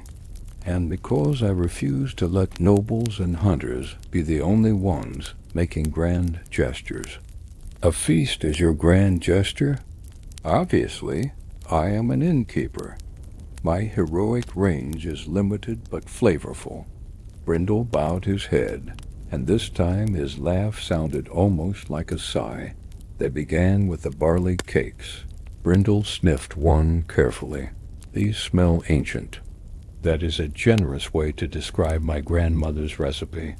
"They contain SH. A little OAK. Applewood." "Better." The innkeeper paused. "You can tell?" "Of course." "That's obnoxiously impressive." Brindle ate the cake and closed his eyes. For a long moment he did not speak. Then he sighed. "These were served once." "By whom?" "Families near the old passes. When dragons came down after winter storms, they offered cakes like these. Not tribute. Welcome." The innkeeper sat more slowly. "People welcomed dragons? Some did. What happened?" "What happens to most sensible arrangements?" A king discovered pride. Brindle reached for another cake. There were customs. Small ones. Humans placed salt at the edge of the hearth to show peaceful intent. Dragons warmed fields after late frost. Villagers left copper bowls of milk near high stones, though nitrogen monoxide dragon drank milk unless trying to be polite. "You drank IT?" "Once." "And?" "It was terrible." "Then why?" The child who carried IT looked very proud. The innkeeper nodded solemnly. "Children are dangerous that way." Brindle continued almost dreamily. "At midsummer we were given spiced pears, at harvest honey, at winter's end these cakes. So this feast remembers more than you knew." The innkeeper glanced at the food. That pleased him and saddened him. Cooking had a strange way of carrying ghosts without making a fuss about IT. They ate slowly after that, or slowly for a dragon, which meant the pies lasted more than 7 minutes. Brindle spoke of dragon customs in return. Dragons did not feast to celebrate victory, AS songs claimed. They feasted to mark survival. After illness, after grief, after long flights through storms, they gathered and ate warm food while naming what had nearly been lost. Sounds heavy, the innkeeper said. IT was honest. Human feasts mostly involve someone boasting until gravy reaches his sleeve. That also sounds honest. Sadly, yes. Brindle explained that dragons considered the first bite sacred, not because of ceremony, but because hunger made all creatures humble. The last bite was offered to memory. Sometimes IT was burned, sometimes buried, sometimes placed in running water. The innkeeper looked at the final apple tart. Please don't burn that. I would not dare. Good. I fought hard for that crust. They shared it. The dragon took the smaller portion, which the innkeeper noticed and did not mention. Outside, wind pressed faintly against the mountain. Inside, the cavern glowed warm and quiet. For a little while, nitrogen monoxide hunters climbed. Nitrogen monoxide nobles plotted. No reward glittered in desperate minds. There was only food, memory, and a friendship strange enough to make any bard suspicious. At the end, Brindle lifted the last hearth cake. For those forgotten, he sighed. The innkeeper bowed his head. For those remembered late. Brindle placed a cake beside the pool instead of eating IT. The water rippled, though nothing touched IT. Perhaps it was only the mountain breathing. Perhaps not. The innkeeper decided. Not every mystery required interrogation. That was how a person stayed welcome in interesting places. When he finally prepared to leave, Brindle seemed steadier. Not safe. Not free from worry, but steadier. The innkeeper gathered the empty baskets. I still think you should visit the inn tomorrow. WHY? Because if you don't, people will ask why I bought half the market. And what will you say? That I became emotional about onions. Brindle considered this. Will they believe you? Sadly, yes. The dragon smiled, and the cavern felt warmer for it. The hunters came 3 mornings after the feast. They did not arrive all at once. That would have been too honest. Instead, they appeared in pieces, like a storm pretending to be separate clouds. First came 2 men with bows, asking about mountain paths, then a wagon carrying rope, iron hooks, and folded nets too heavy for fishing. Then 3 soldiers wearing Lord Edric's colors, their boots clean enough to prove someone else had done the walking until now. By noon, the crossroads buzzed with restless purpose. The innkeeper served soup and listened. Listening remained his sharpest tool. Sharper than a knife, less likely to be confiscated. The hunters spoke carelessly because they believed innkeepers were furniture that poured ale. They discussed ravines, sightings, old shepherd trails, and a plan to search the eastern peaks before snowfall locked the passes. One man boasted he had killed bears. Another said dragons were merely larger, bears with wings. The innkeeper silently apologized to every bear he had ever heard of. Lady Isolde arrived after sunset. This time she wore riding clothes and carried herself like someone who had purchased confidence in bulk. Lord Edric came with her. He was younger than the innkeeper expected, broad-shouldered, fair-haired, and handsome in the exhausting way nobles sometimes were, as though even their cheekbones had been given land. He stood near the hearth while his men gathered around. "We leave at dawn," he announced. The room quieted. "Any creature threatening this valley will be found." A few villagers cheered. Others looked uneasy. The innkeeper set down a tray of cups. "What has IT threatened?" Lord Edric turned. "Excuse me?" "The creature. What has it threatened?" "It is a dragon. That describes what IT is, not what IT has done." Several people shifted. Lady Isolde watched him carefully. Lord Edric smiled, but IT did not reach his eyes. "Men like you underestimate danger until it burns your roof. Men like me notice when roofs are not burning." A murmur passed through the room. The noble's expression hardened. "Fear is wisdom when monsters hide nearby.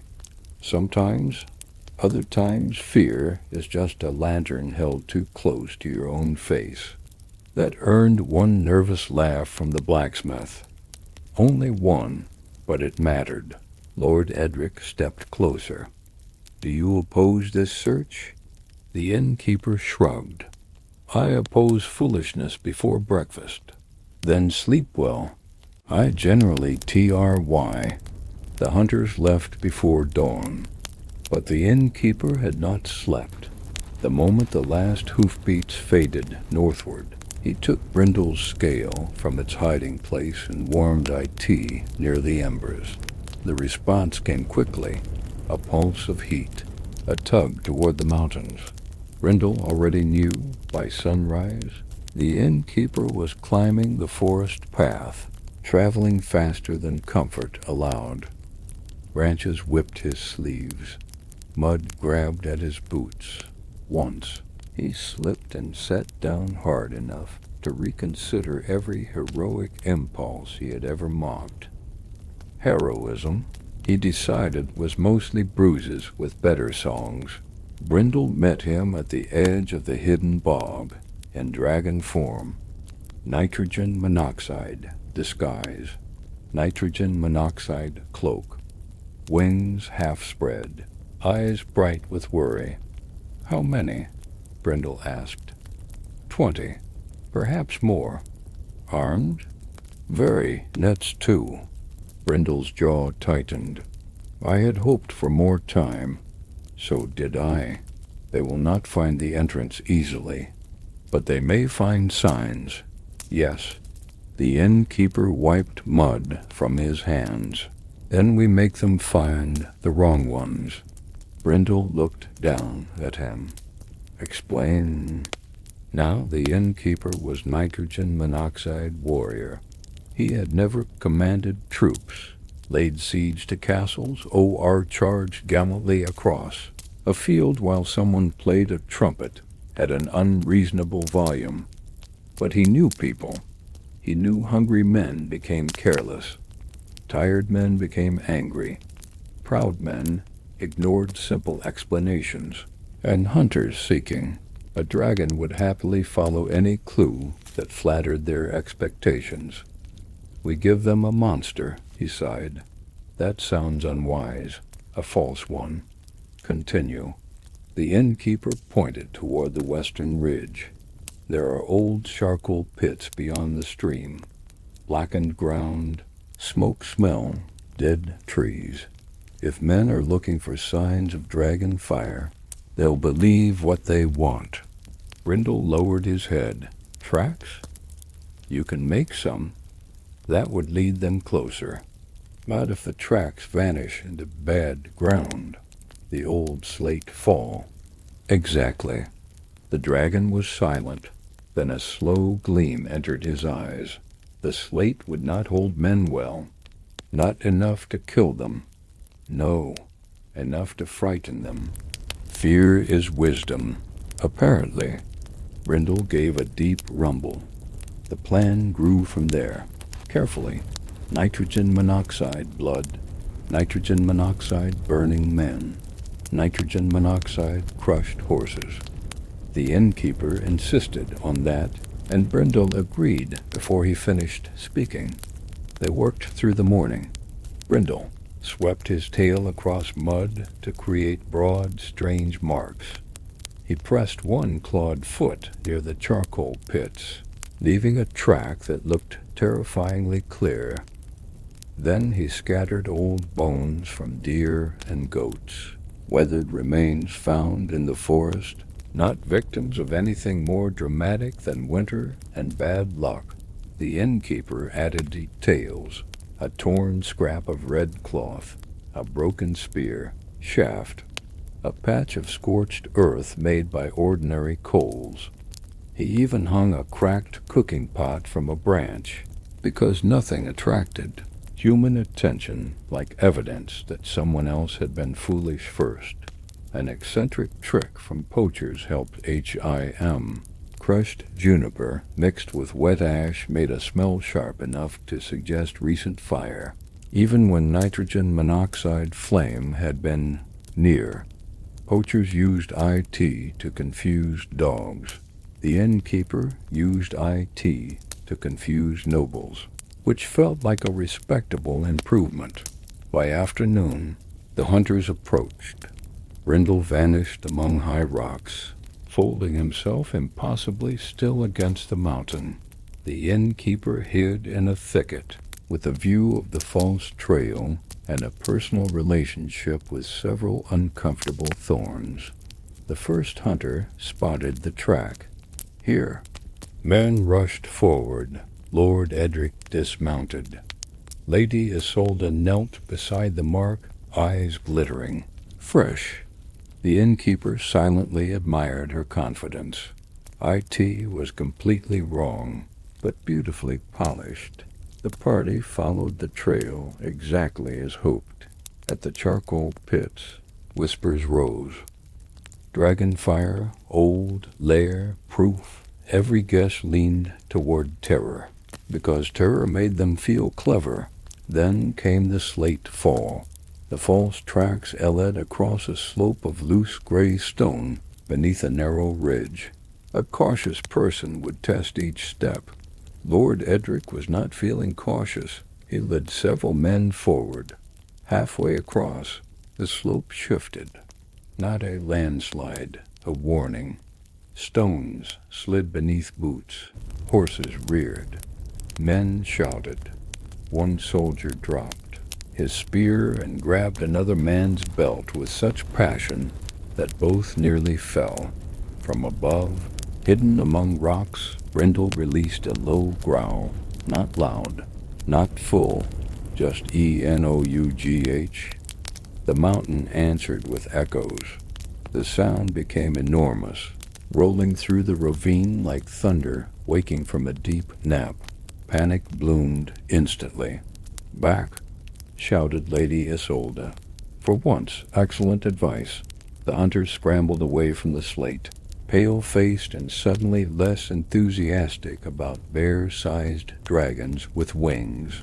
Lord Edric tried to regain dignity while breathing heavily. We return with more men. The innkeeper, still hidden, winced. Not ideal. Then Brindle did something unexpected. High above, he unfurled one wing, only briefly. A bronze shape flashed against the cloudy sky, too far away for detail, too sudden for pursuit, enough to be seen. Then he vanished behind the ridge. The hunters froze. No one spoke, not even Lord Edric, because in that moment the dragon became real and also unreachable. Lady Isolde's expression changed, not fear, calculation. The innkeeper saw it even from the thicket. She had not been discouraged. She had been convinced. By sunset, the hunters retreated toward the lower valleys. The false lair had worked, but not completely. IT bought time, nitrogen monoxide more. Brindle joined the innkeeper after darkness fell. Neither celebrated. She will return, Brindle said, YES. With more than hunters, yes. The innkeeper pulled a thorn from his sleeve. Still, nitrogen monoxide 1 died. Brindle looked toward the dark trail below. Nitrogen monoxide 1 died. For that night, IT had to be enough. The next morning, the mountains seemed quieter than USUAL, not peaceful. Quiet in the way a room becomes quiet after someone says something unforgivable, and everyone pretends to study the floor. Brindle remained near the cavern entrance, watching the lower valleys through veils of mist. The innkeeper stood beside him, wrapped in a borrowed. Their retreating tracks cut through mud and frost, ugly little signatures written across the hillside. They saw enough, the innkeeper sighed. Brindle nodded. And not enough. That is usually the most dangerous amount. The dragon glanced down. You speak like a man familiar with tavern arguments. I once watched two brothers fight for an hour over whether soup could be breakfast. Who won? Their mother. Naturally. The joke softened nothing for long. Lady Isolde had seen the flash of wing. Lord Edric had heard the mountain growl. Men frightened by rumor might turn back. Men confirmed in their fear gathered sharper tools. Brindle turned toward the cavern. There is something you should see. The innkeeper followed him inside. They passed the pool, the shelves, the remembered objects, and the place where the final hearth cake still rested untouched beside the water. Brindle LD'd him deeper than before. The tapestry showed faded figures standing beneath stars, humans on one side, dragons on the other. Between them, a tree with silver leaves. The innkeeper brushed dust from the woven edge. I thought this was only decoration. Nothing old survives as only decoration. That sounds like something old things say to feel important. Brindle made a soft rumble, sometimes accurately. Behind the tapestry lay a narrow tunnel descending into the mountain. The air grew cooler. The golden crystal light faded, replaced by blue-green glimmers pulsing faintly along the walls. Their footsteps echoed strangely, as though other footsteps walked beside them just out of rhythm. The innkeeper did not mention this. He had reached his limit of asking mountains personal questions. After several minutes, the tunnel opened into a circular chamber. At its center stood a stone table split cleanly down the middle. Around the walls, carvings covered every surface. Dragons, kings, farmers, children, fields, storm clouds, and hands. Human hands, pressed palm out beside claw marks larger than plates. The innkeeper approached slowly. What is this place? The Hall of Accord. He looked at Brindle. That sounds official. IT was. The dragon lowered his head. Long before your kingdom had borders, before its first crowned lord convinced everyone that sitting higher made him wiser, humans and dragons made oaths here. The innkeeper studied the carvings. They looked peaceful. They were meant to be remembered that way. Brindle touched one claw to the cracked table. Dragons warmed frozen fields. Humans guarded nesting valleys from thieves. Dragons carried warnings of flood and fire. Humans brought news, songs, names, small inventions, and occasionally bread. Bread seems to appear in every sensible agreement. IT does. The innkeeper leaned closer to a carving of a woman holding up a bowl. Is that milk? Unfortunately, you drank more than once. I was young and diplomatic. You poor creature. Brindle's eyes warmed briefly. Then his gaze shifted toward the broken table.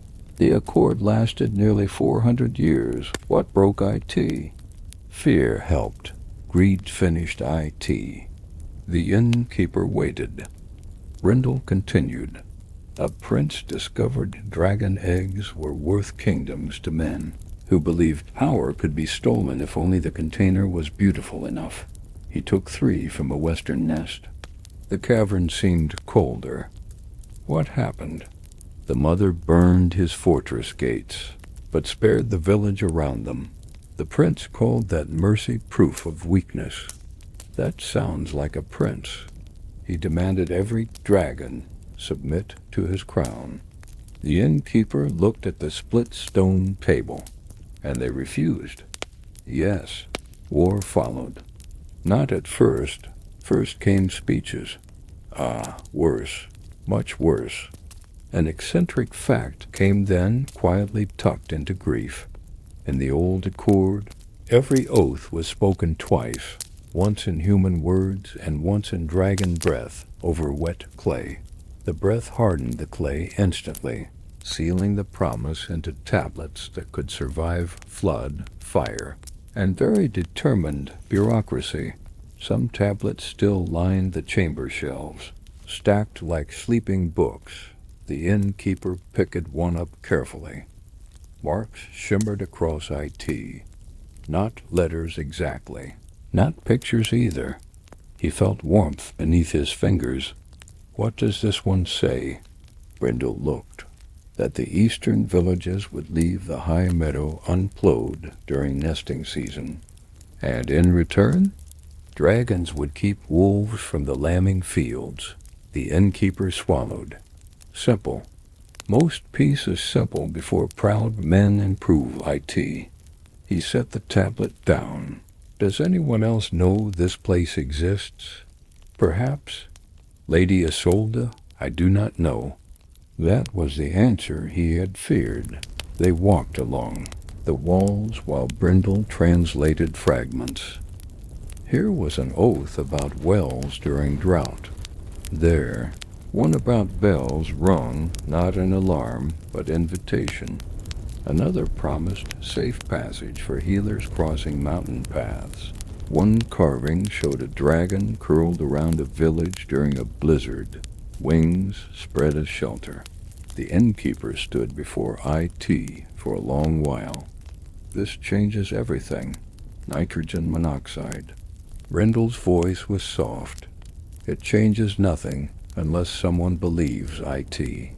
The innkeeper looked back at him. Then we make them believe. How? We show them? To whom? Lord Edric? Lady Isolde? Men who came with nets. The innkeeper had nitrogen monoxide answer ready. Annoying. Really. Dramatic statements ought to arrive with instructions. Brindle turned toward the cracked stone table. This hall was broken once by those who wanted dragons owned or dead. Bringing humans here again may finish what they began. But hiding has not saved you either. The words came gently, but they landed hard. Brindle closed his eyes. No. Above them, somewhere deep in the mountain, stone creaked like an old ship. The innkeeper thought of the inn, of villagers frightened by stories, of poor men chasing silver, of nobles sharpening fear into law. Then he thought of the carvings, hands and claws side by side. Not legend. Memory. IF. The past is buried, he said. Greedy people get to invent IT. Brindle opened his eyes. For once the ancient dragon looked almost tired beyond age. And if IT is uncovered, then honest people might finally have something to stand on. Silence filled the hall of accord. Not empty silence, listening silence. At last Brindle lowered his head. There is one person who might help. Who? The herbalist who smelled old smoke. The innkeeper blinked. You know her? Her grandmother knew my name. Of course, the herb woman, with mysterious time and suspiciously accurate nostrils, had family dealings with dragons. The innkeeper sighed. I am beginning to think I am the last person in this valley to understand anything. Not the last. Kind of you. Perhaps among the last 6, less kind. Brindle's mouth curved. Together they left the buried hall and returned toward the warmer cavern above. Behind them, the old tablets rested in their shelves, promises hardened by breath and clay, waiting after centuries of darkness. And for the first time since the hunters came, the innkeeper felt something steadier than fear. Not hope exactly. Hope was too bright a word. This was smaller, older, a spark. Beneath ash, the innkeeper returned to the crossroads with mud on his cloak, frost in his beard, and the uncomfortable feeling that history had been sitting beneath his boots for years without introducing itself. He found the herbalist waiting beside the kitchen door. Naturally, people who knew too much always appeared before being invited. IT was one of their most irritating talents. She held a basket of dried roots and wore a shawl the color of old moss. "You took long enough," she sighed. "Good morning to you, too." IT stopped being morning while you were discovering things. The innkeeper stared. "You know, I know some. That is somehow worse." She stepped past him into the kitchen. "Put the kettle on, please." That, too. He obeyed, because arguing with old women who carried medicinal herbs was unwise. They knew which plants helped headaches and which caused them. When tea steamed between them, he told her less than everything but enough. The Hall of Accord, the carvings, the hunters, Lady Isolde Brindle. At the name, her expression softened. "So he still uses that one. You know him?" "My grandmother did. I saw him once when I was small." The innkeeper leaned forward. "What was he like?" "Large, helpful, sad." That word silenced the room. The herbalist wrapped both hands around her cup. Even then, SAD. The innkeeper thought of Brindle among the shelves, touching forgotten objects with careful claws, WHY. The herbalist sighed, because he believes everything he loves will become a weapon against him. Later, when they climbed toward the mountain together, those words stayed with the innkeeper. Brindle met them at the entrance in human form, though his golden eyes brightened when he saw the herbalist. "You look like your grandmother, and you look like trouble-wearing manners." A smile crossed his face. She said the same. She was rarely wrong. Inside the refuge, the herbalist walked slowly, touching nothing, noticing everything. At the pool, she bowed her head. Before the shelves, she whispered names the innkeeper did not know.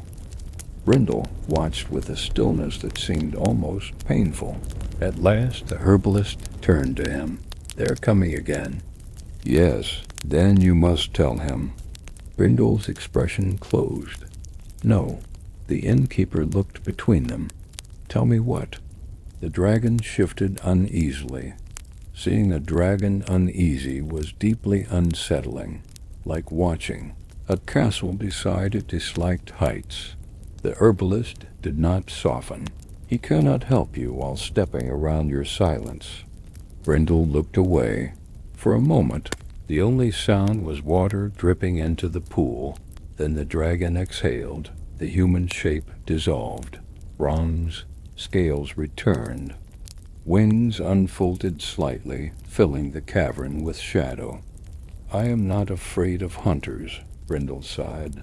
The innkeeper believed him. "I am not afraid of Lord Edric." "That, too. I am not even afraid of death as men usually mean, IT." His voice deepened, becoming rougher, older. "I am afraid of being made into a story that devours the truth." The innkeeper said nothing. Brindle turned toward the shelves. "They will not merely kill me if they can. They will name me monster first. They will say every object here was stolen. Every kindness was trickery. Every oath was weakness. They will turn memory into proof against me.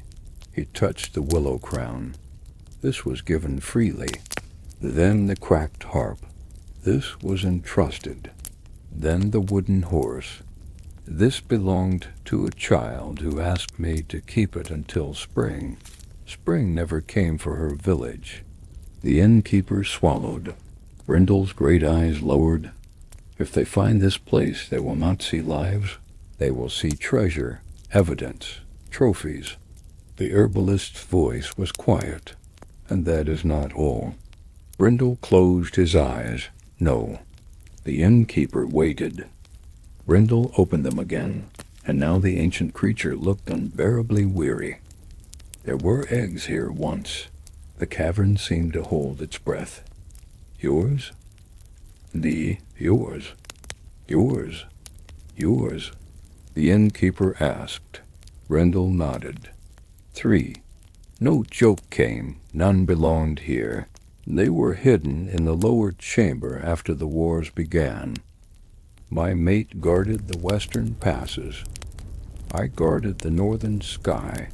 His claws curled against stone. Humans came with treaty banners. The innkeeper felt cold spread through him. They claimed they wished to renew peace. They carried clay tablets, salt, bread. Bread. Brindle's voice trembled once. I believe the old signs. The herbalist bowed her head. They stole them? 2. The dragon's answer was almost a whisper. The third broke before hatching. For a long while, no one moved. The innkeeper understood then. Not completely. Never completely.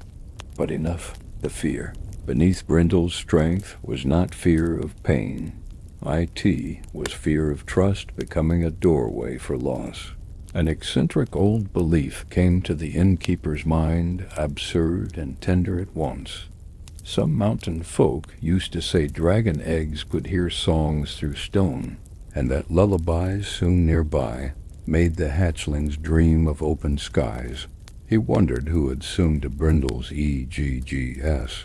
He wondered whether silence had followed. Brindle lowered his head until it nearly touched the floor. I have carried centuries of anger, but anger is simple. Grief is the thing that changes shape. The innkeeper stepped closer, carefully. Not because Brindle might harm him, because sorrow deserved careful feet. You should have told me. I know. I would not have thought less of you. I know that now. The herbalist wiped at one eye with the corner of her shawl and pretended she had not. Men are gathering in the valley, she sighed, but not all hearts are sold. Show them the accord. Show them what was broken. Brindle's wings tightened. And if they use IT against me? The innkeeper answered softly. Then we stand between them and the truth until they tire of lying. Brindle looked at him. That is not a plan. Nitrogen monoxide. But it is a beginning. The dragon gave a small, broken laugh. The innkeeper rested one hand against a warm bronze scale. Not boldly, not dramatically, just there.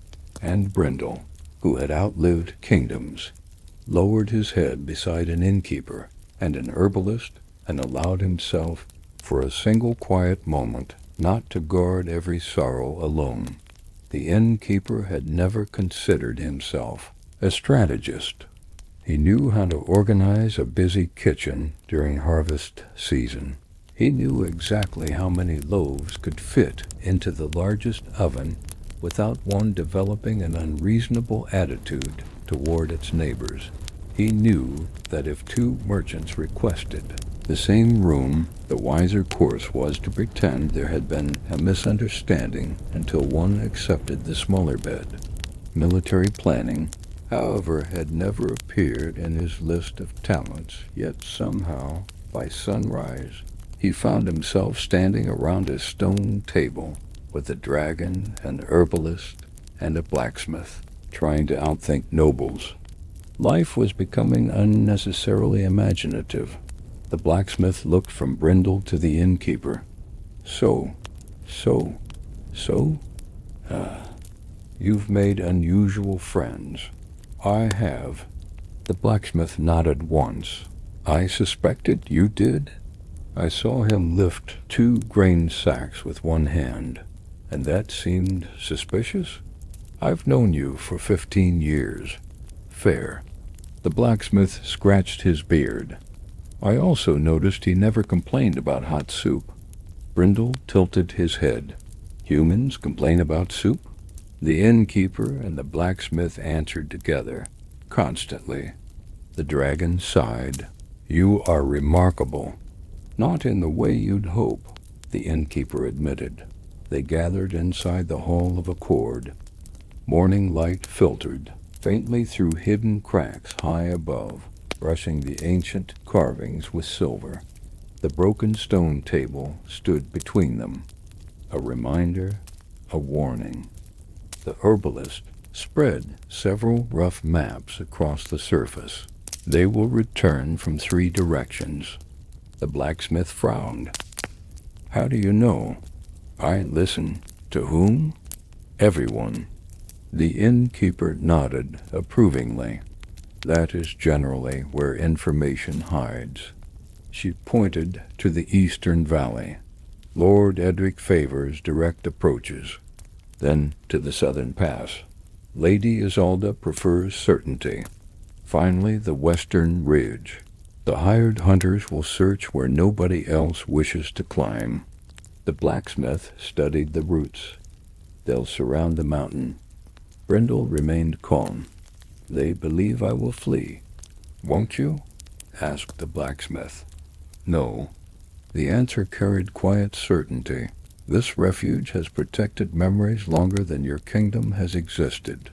The innkeeper folded his arms. Then we protect the refuge. Without killing anyone, Brindle reminded him. Without killing anyone. The blacksmith looked mildly disappointed. I had already begun imagining dramatic speeches. You may still have one. Oh?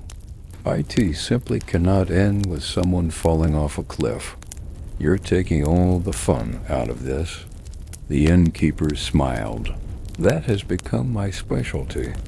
Together they shaped a plan, not one built on swords, on habits. People believed what they expected to find, so the mountain itself would encourage those expectations. The blacksmith would quietly spread word in the villages that heavy rockfalls had made the eastern slopes impassable. Entirely believable. The herbalist would guide shepherd families away from danger under the respectable excuse of an early medicinal herb gathering. Also believable. The innkeeper would remain exactly where everyone expected him, at the inn, serving meals, listening, redirecting, delaying, most importantly, appearing completely ordinary. Ordinary is surprisingly useful, he observed. Brindle nodded. IT hides extraordinary things. An eccentric piece of forgotten lore gave them another advantage. Long ago, charcoal burners had discovered that burning damp juniper beneath flat stones created drifting smoke that clung close to the ground. Shepherds sometimes used IT to encourage sheep away from dangerous ravines without frightening them. The innkeeper smiled. We're going to herd nobles. The blacksmith burst into laughter. I've wanted to do that for years. 2 days later, the search began again. This time, nearly 40 men entered the mountain valleys. More disciplined, better equipped, far more confident. The innkeeper watched them leave while handing Lord Edric a packet of fresh bread. The noble looked surprised. You wish youth well? I wish everyone well. Even dragons? I wish fewer hungry people, Lord Edric frowned. An odd answer. IT usually is. As the hunting parties climbed, small inconveniences began appearing. Nothing dramatic, just ENOUGH. One narrow trail vanished beneath harmless smoke that suggested unstable ground. Another seemed blocked by a recent rock slide, carefully encouraged by Brindle, moving a handful of loose boulders during the previous night. A third path lead into a maze of old shepherd tracks, where every turn looked equally promising and equally incorrect. The hunters became separated, not lost, merely confused. There was a meaningful difference. Lady Isolde noticed first. These trails were marked. They were, answered one guide. So why aren't they now? The guide looked offended. I didn't ask the mountain to move. High above them, hidden among gray stone, Brindle watched silently. He moved only when absolutely necessary. A distant scrape of claws, a shadow passing across a ridge, the suggestion of enormous wings disappearing behind mist. Never enough for pursuit, always enough to unsettle. Meanwhile, the innkeeper entertained. The mercenary blinked. I've slept on sacks of barley. Very unpleasant. Another soldier nodded thoughtfully. I once slept on a crate of nails. The entire table turned toward him. WHY? Nobody questioned him further. Sometimes explanations only made life stranger. By afternoon, exhausted searchers drifted back toward the inn in small groups. One claimed he had followed dragon tracks for 3 hours before realizing they belonged to unusually shaped tree roots. Another insisted. Mysterious growling had echoed from every direction. The innkeeper nodded sympathetically. Mountains dislike shouting. They do? They prefer conversations. The man accepted that explanation far more readily than he should have. Only Lady Isolde remained unconvinced. She returned near sunset, boots muddy and expression sharper than ever. She approached the innkeeper while the others ate. This is deliberate. What is the confusion? The mountains? Nitrogen monoxide? She leaned closer. You. The innkeeper met her gaze. I've been baking. You've been delaying. I serve travelers. You protect something. He smiled gently. I protect everyone who walks through that door from burnt bread. Her patience finally cracked. You think yourself clever. No, I do. I simply dislike waste. Waste? Sending good people to chase shadows. Lady Isolde studied him for a long moment. Then something unexpected happened. She smiled, not warmly, knowingly. I wondered why a dragon remained hidden for so many years. The innkeeper's heartbeat slowed rather than quickened. Panic rarely improved conversations. And now? Now. Oh? I know. Oh? I know. Oh? He found someone worth trusting. She turned before he could answer. Those words frightened him more than accusations, because they meant she understood. Not everything, but enough. That evening he climbed once more toward the hidden refuge. Brindle waited outside beneath gathering stars. How did I to go? We bought another day. Brindle nodded slowly. Sometimes history changes one day at a time. The innkeeper looked toward the valleys, where distant campfires glimmered like fallen stars. And sometimes, yes, the strongest weapon an ordinary man possesses is making extraordinary people waste their afternoon. Brindle laughed. A rich, deep sound rolled across the mountainside. For the first time in many days, IT carried more amusement than sorrow. The innkeeper decided that was a victory worth carrying home. By the third day of searching, the mountain began choosing sides. At least, that was how the innkeeper thought of it. Mist gathered in gullies, exactly where hunters wished to see clearly. Loose stones shifted beneath proud boots, but held firm beneath shepherd feet. Crows appeared wherever Lady Isolde's scouts tried to whisper, then screamed as though announcing terrible theater to anyone nearby. The blacksmith called it luck. The herbalist called it old memory. Brindle sighed nothing, which meant he probably knew more than everyone and was being dramatic about it. Lord Edric's men grew restless.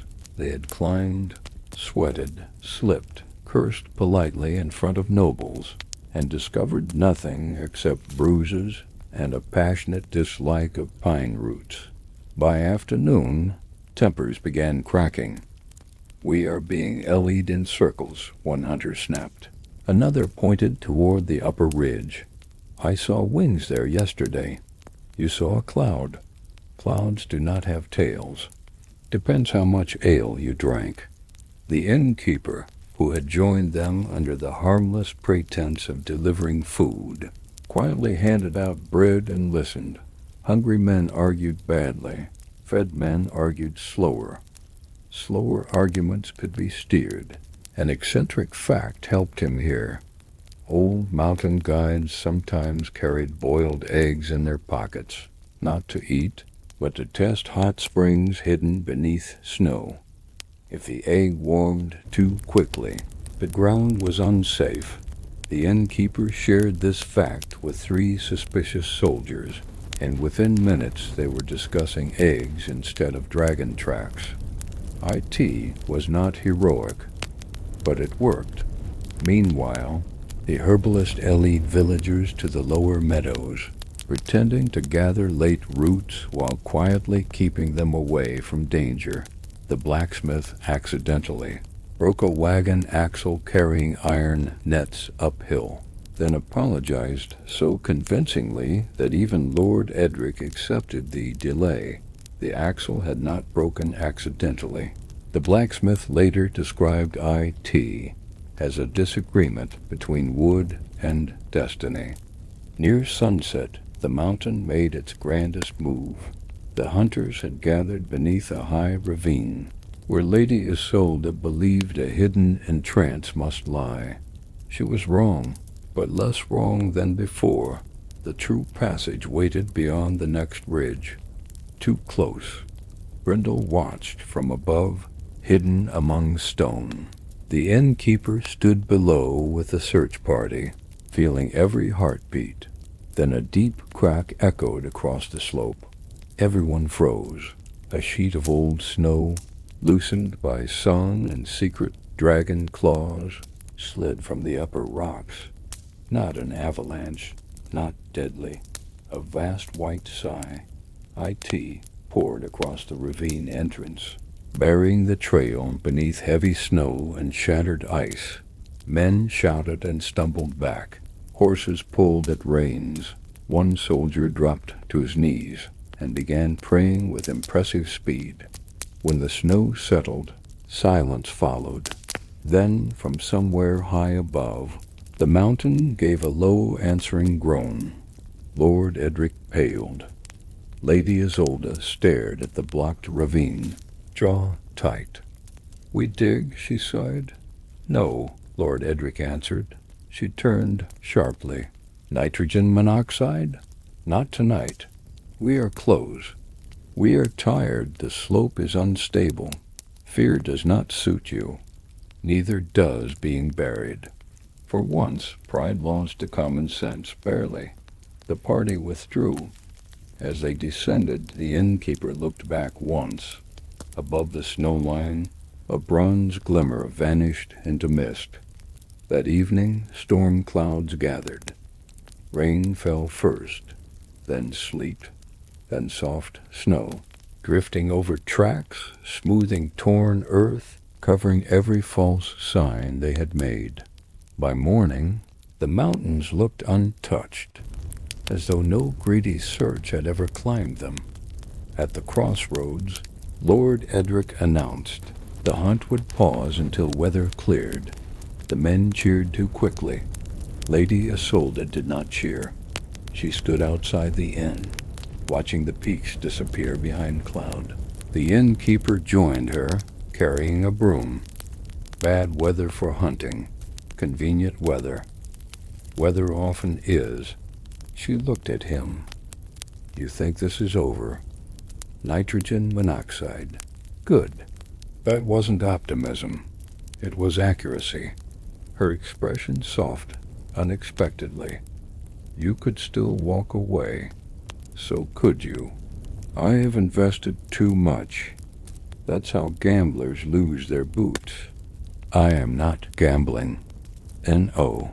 You're trying to purchase a legend before someone else does. Her eyes flashed. And you are trying to keep one hidden. He swept snow from the step. Some things survive only because nitrogen monoxide one owns them. Lady Isolde sighed nothing. For the first time, she looked uncertain, not defeated, not persuaded, but touched by a thought she disliked. That was enough, inside. The inn filled with cold men and damp cloaks.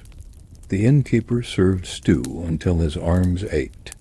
Laughter slowly returned. The soldiers exaggerated their bravery.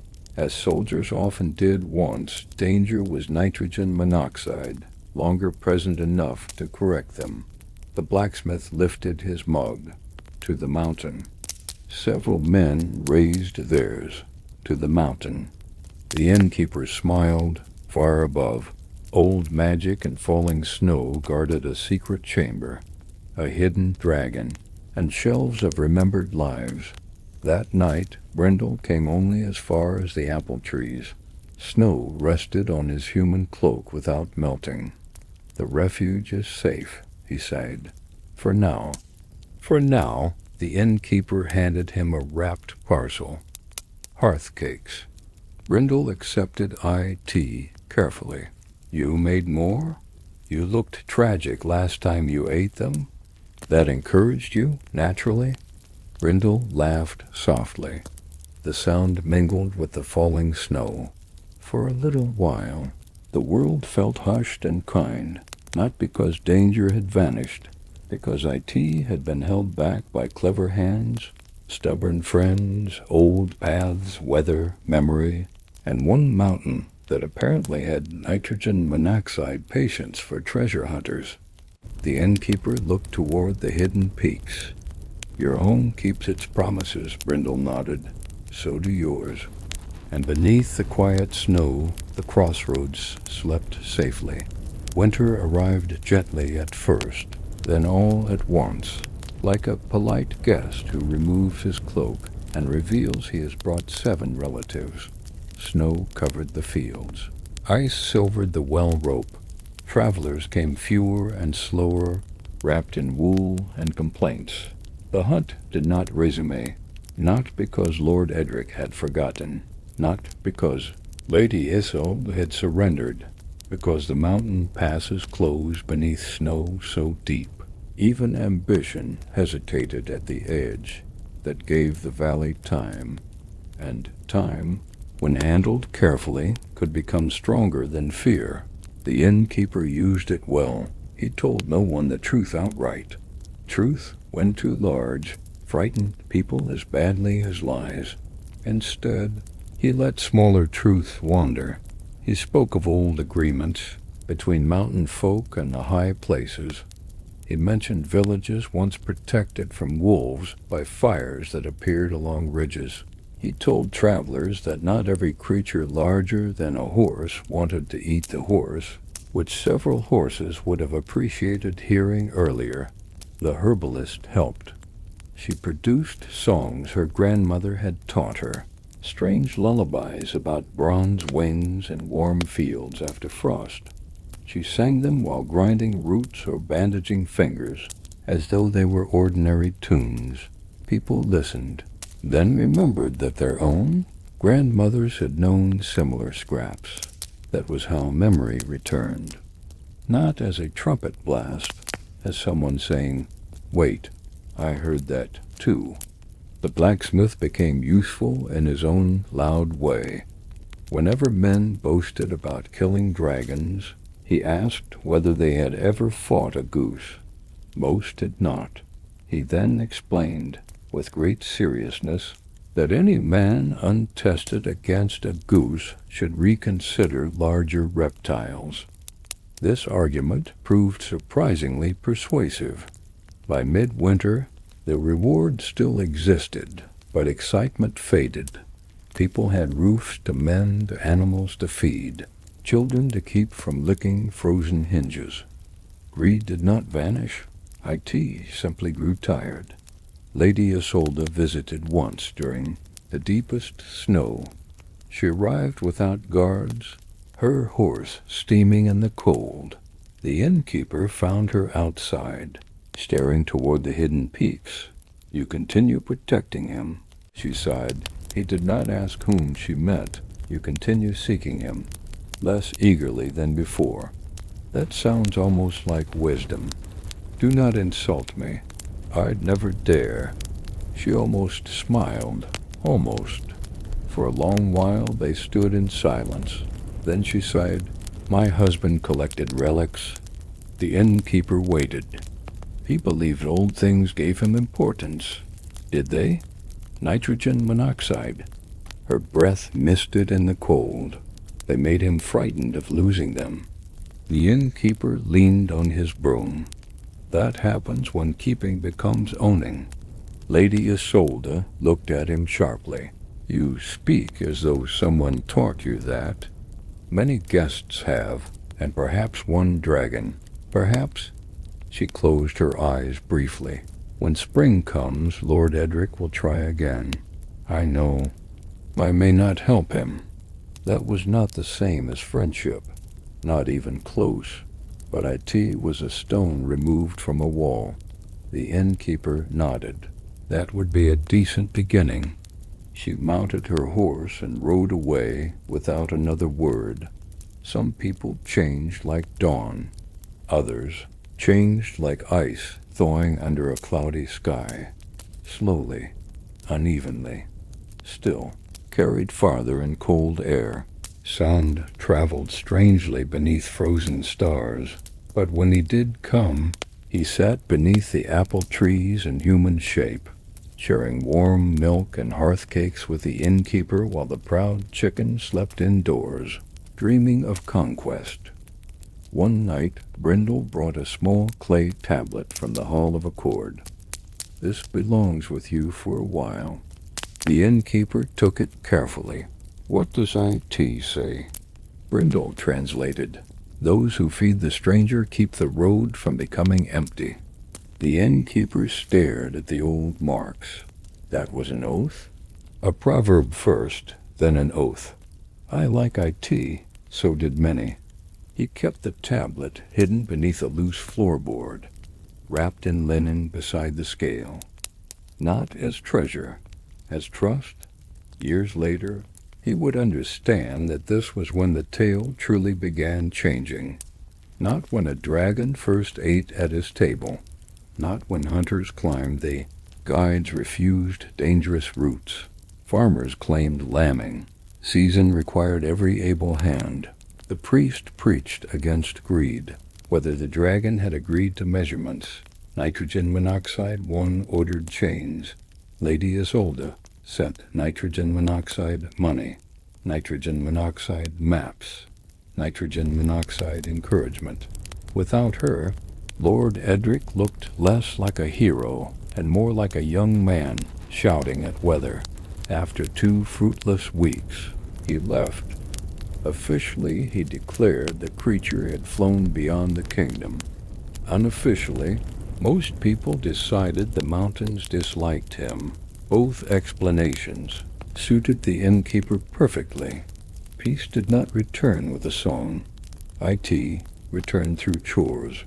Bread rising, horses stamping, rain barrels filling, children laughing beside thawed ditches. Ordinary sounds, stitching the world together again. Brindle came one evening just after sunset, not hidden in fear, still careful. Yes, but lighter somehow. He stood by the road, watching smoke rise from village chimneys. They chose not to hunt, he sighed. Some did. Enough. Enoughh. Brindle looked toward the inn. They will never know what they did. Nitrogen monoxide. Does that trouble you? The innkeeper considered, then shrugged. Most good work goes unnoticed. Ask any cook. Brindle smiled. You are content with that? Not always, but content Enoughh. The dragon bowed his head. You preserved more than my refuge. The innkeeper shook his head. No, we preserved the chance that one day people may deserve the truth. Above them, evening stars appeared one by one, small, quiet, patient. The innkeeper thought of roads, stories, and all the deeds that never entered songs because nitrogen monoxide, one dramatic enough, had witnessed them. Some legacies were loud. This one would be quiet. A few songs remembered. A clay tablet hidden beneath floorboards. A valley that learned to doubt greed. An innkeeper who still served supper fairly. And somewhere above the clouds, a dragon who was nitrogen monoxide longer entirely alone. Years passed. Not quickly, though memory later made them seem that way. Years rarely feel swift while they are happening.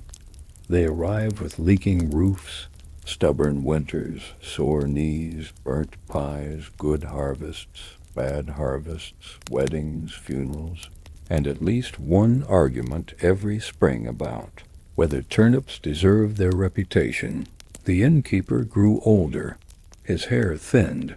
His hands became knotted from work. He began sitting more often while giving instructions to younger helpers who believed themselves extremely competent until faced with a full dining room and 3 people all demanding onions at once. Brindle visited less frequently, not from distance of heart, from necessity. The valley had become calmer, but never careless. Stories still wandered. Hunters still existed.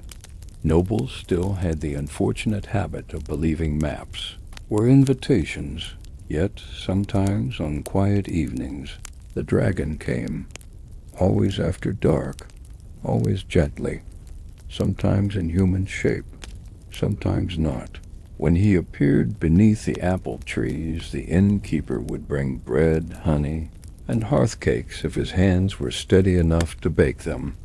If not, one of the younger kitchen lads made them, never knowing why the old innkeeper inspected each thumbprint in the dough with such serious care. One autumn evening, when the leaves were copper and the air smelled of wood smoke, Brindle arrived just after moonrise. The innkeeper was waiting. "You're late," he sighed. "I crossed 3 storms." "Poor excuse," one argued. "Storms do that." Brindle smiled in human shape, though his eyes held their old amber glow. They walked slowly from the inn toward a quiet rise beyond the fields. The innkeeper carried a basket. Brindle carried nothing, which seemed unfair until one remembered he could technically carry a roof. They sat beneath an old rowan tree. Below them, the crossroads rested in silver light. "Do you remember your first supper here?" the innkeeper asked. "You brought 3 extra servings and pretended not to notice."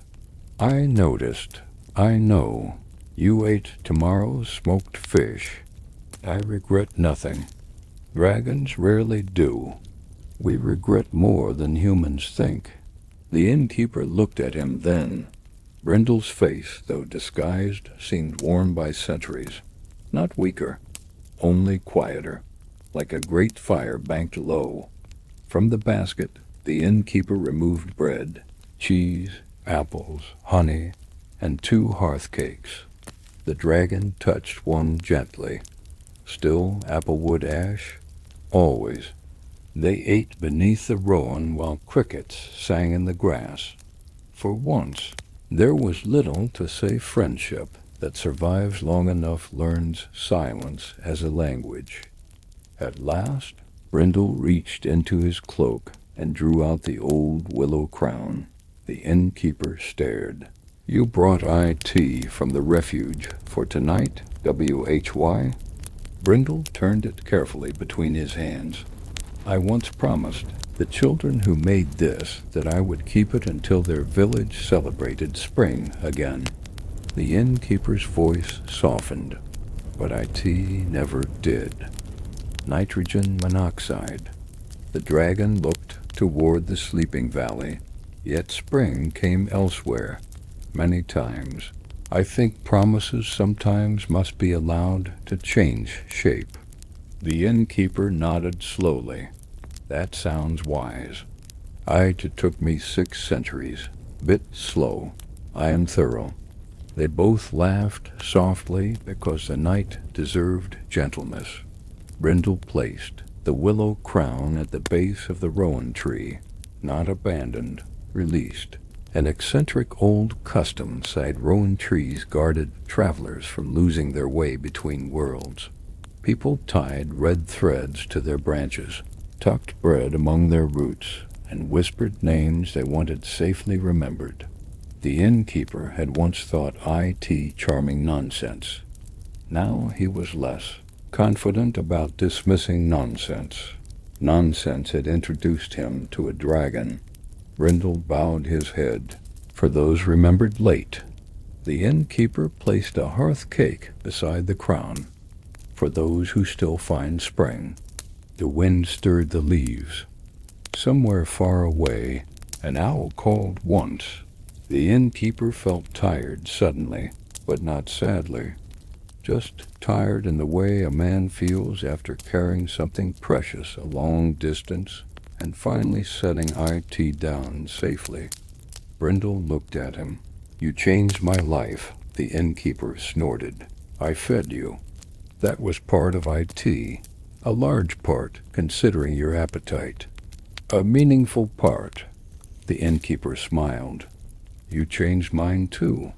Did I? I used to think my inn was where journeys paused. And now? Now I think it is where they quietly begin. Brindle gazed down at the crossroads. That is a better legacy than many kings leave. Most kings don't wash dishes. They should. It would improve them. The moon climbed higher. The old friends sat together until the basket emptied and the night grew cold. When Brindle finally rose, he seemed almost luminous beneath the stars. I will travel north for a while. How long? A while. A while. The innkeeper understood. Dragons did not measure absence as humans did. A while could mean months, years, longer. He did not ask. Instead, he handed Brindle one final wrapped cake. For the road. Brindle accepted IT with both hands. Those who feed the stranger keep the road from becoming empty. The innkeeper smiled. You remember. I always remember. Then the dragon stepped back.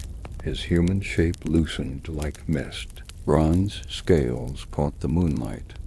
Wings unfolded wide and silent, vast enough to cover the stars behind them for a breath. The innkeeper did not feel afraid, not anymore. Brindle lowered his great head one last time. Then he rose into the night. Nitrogen monoxide roar. Nitrogen monoxide fire. Only wind through grass. Leaves trembling and the soft beat of wings carrying an old friend beyond the sleeping hills. The innkeeper watched until the sky was empty. Then he gathered the basket, touched the rowan tree once, and walked slowly home. At dawn, he opened the inn as always. Bread needed baking, travelers needed feeding, stories needed somewhere warm to rest. And though few would ever know what kindness had guarded beneath those ordinary days, The road did not become empty. Not then. Not for a very long time. The night grows softer now, and the road fades behind the hills.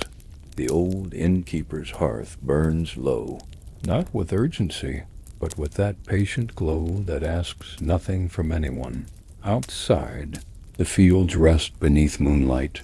The rowan tree stands quietly above the grass, its leaves moving only when the wind remembers to pass through them. Somewhere far beyond the valley, bronze wings travel beneath the stars, not hunted, not hurried, simply moving through the deep blue silence of the world, carrying memory like a warm ember cupped safely against the dark. And at the crossroads, life continues in its gentle way.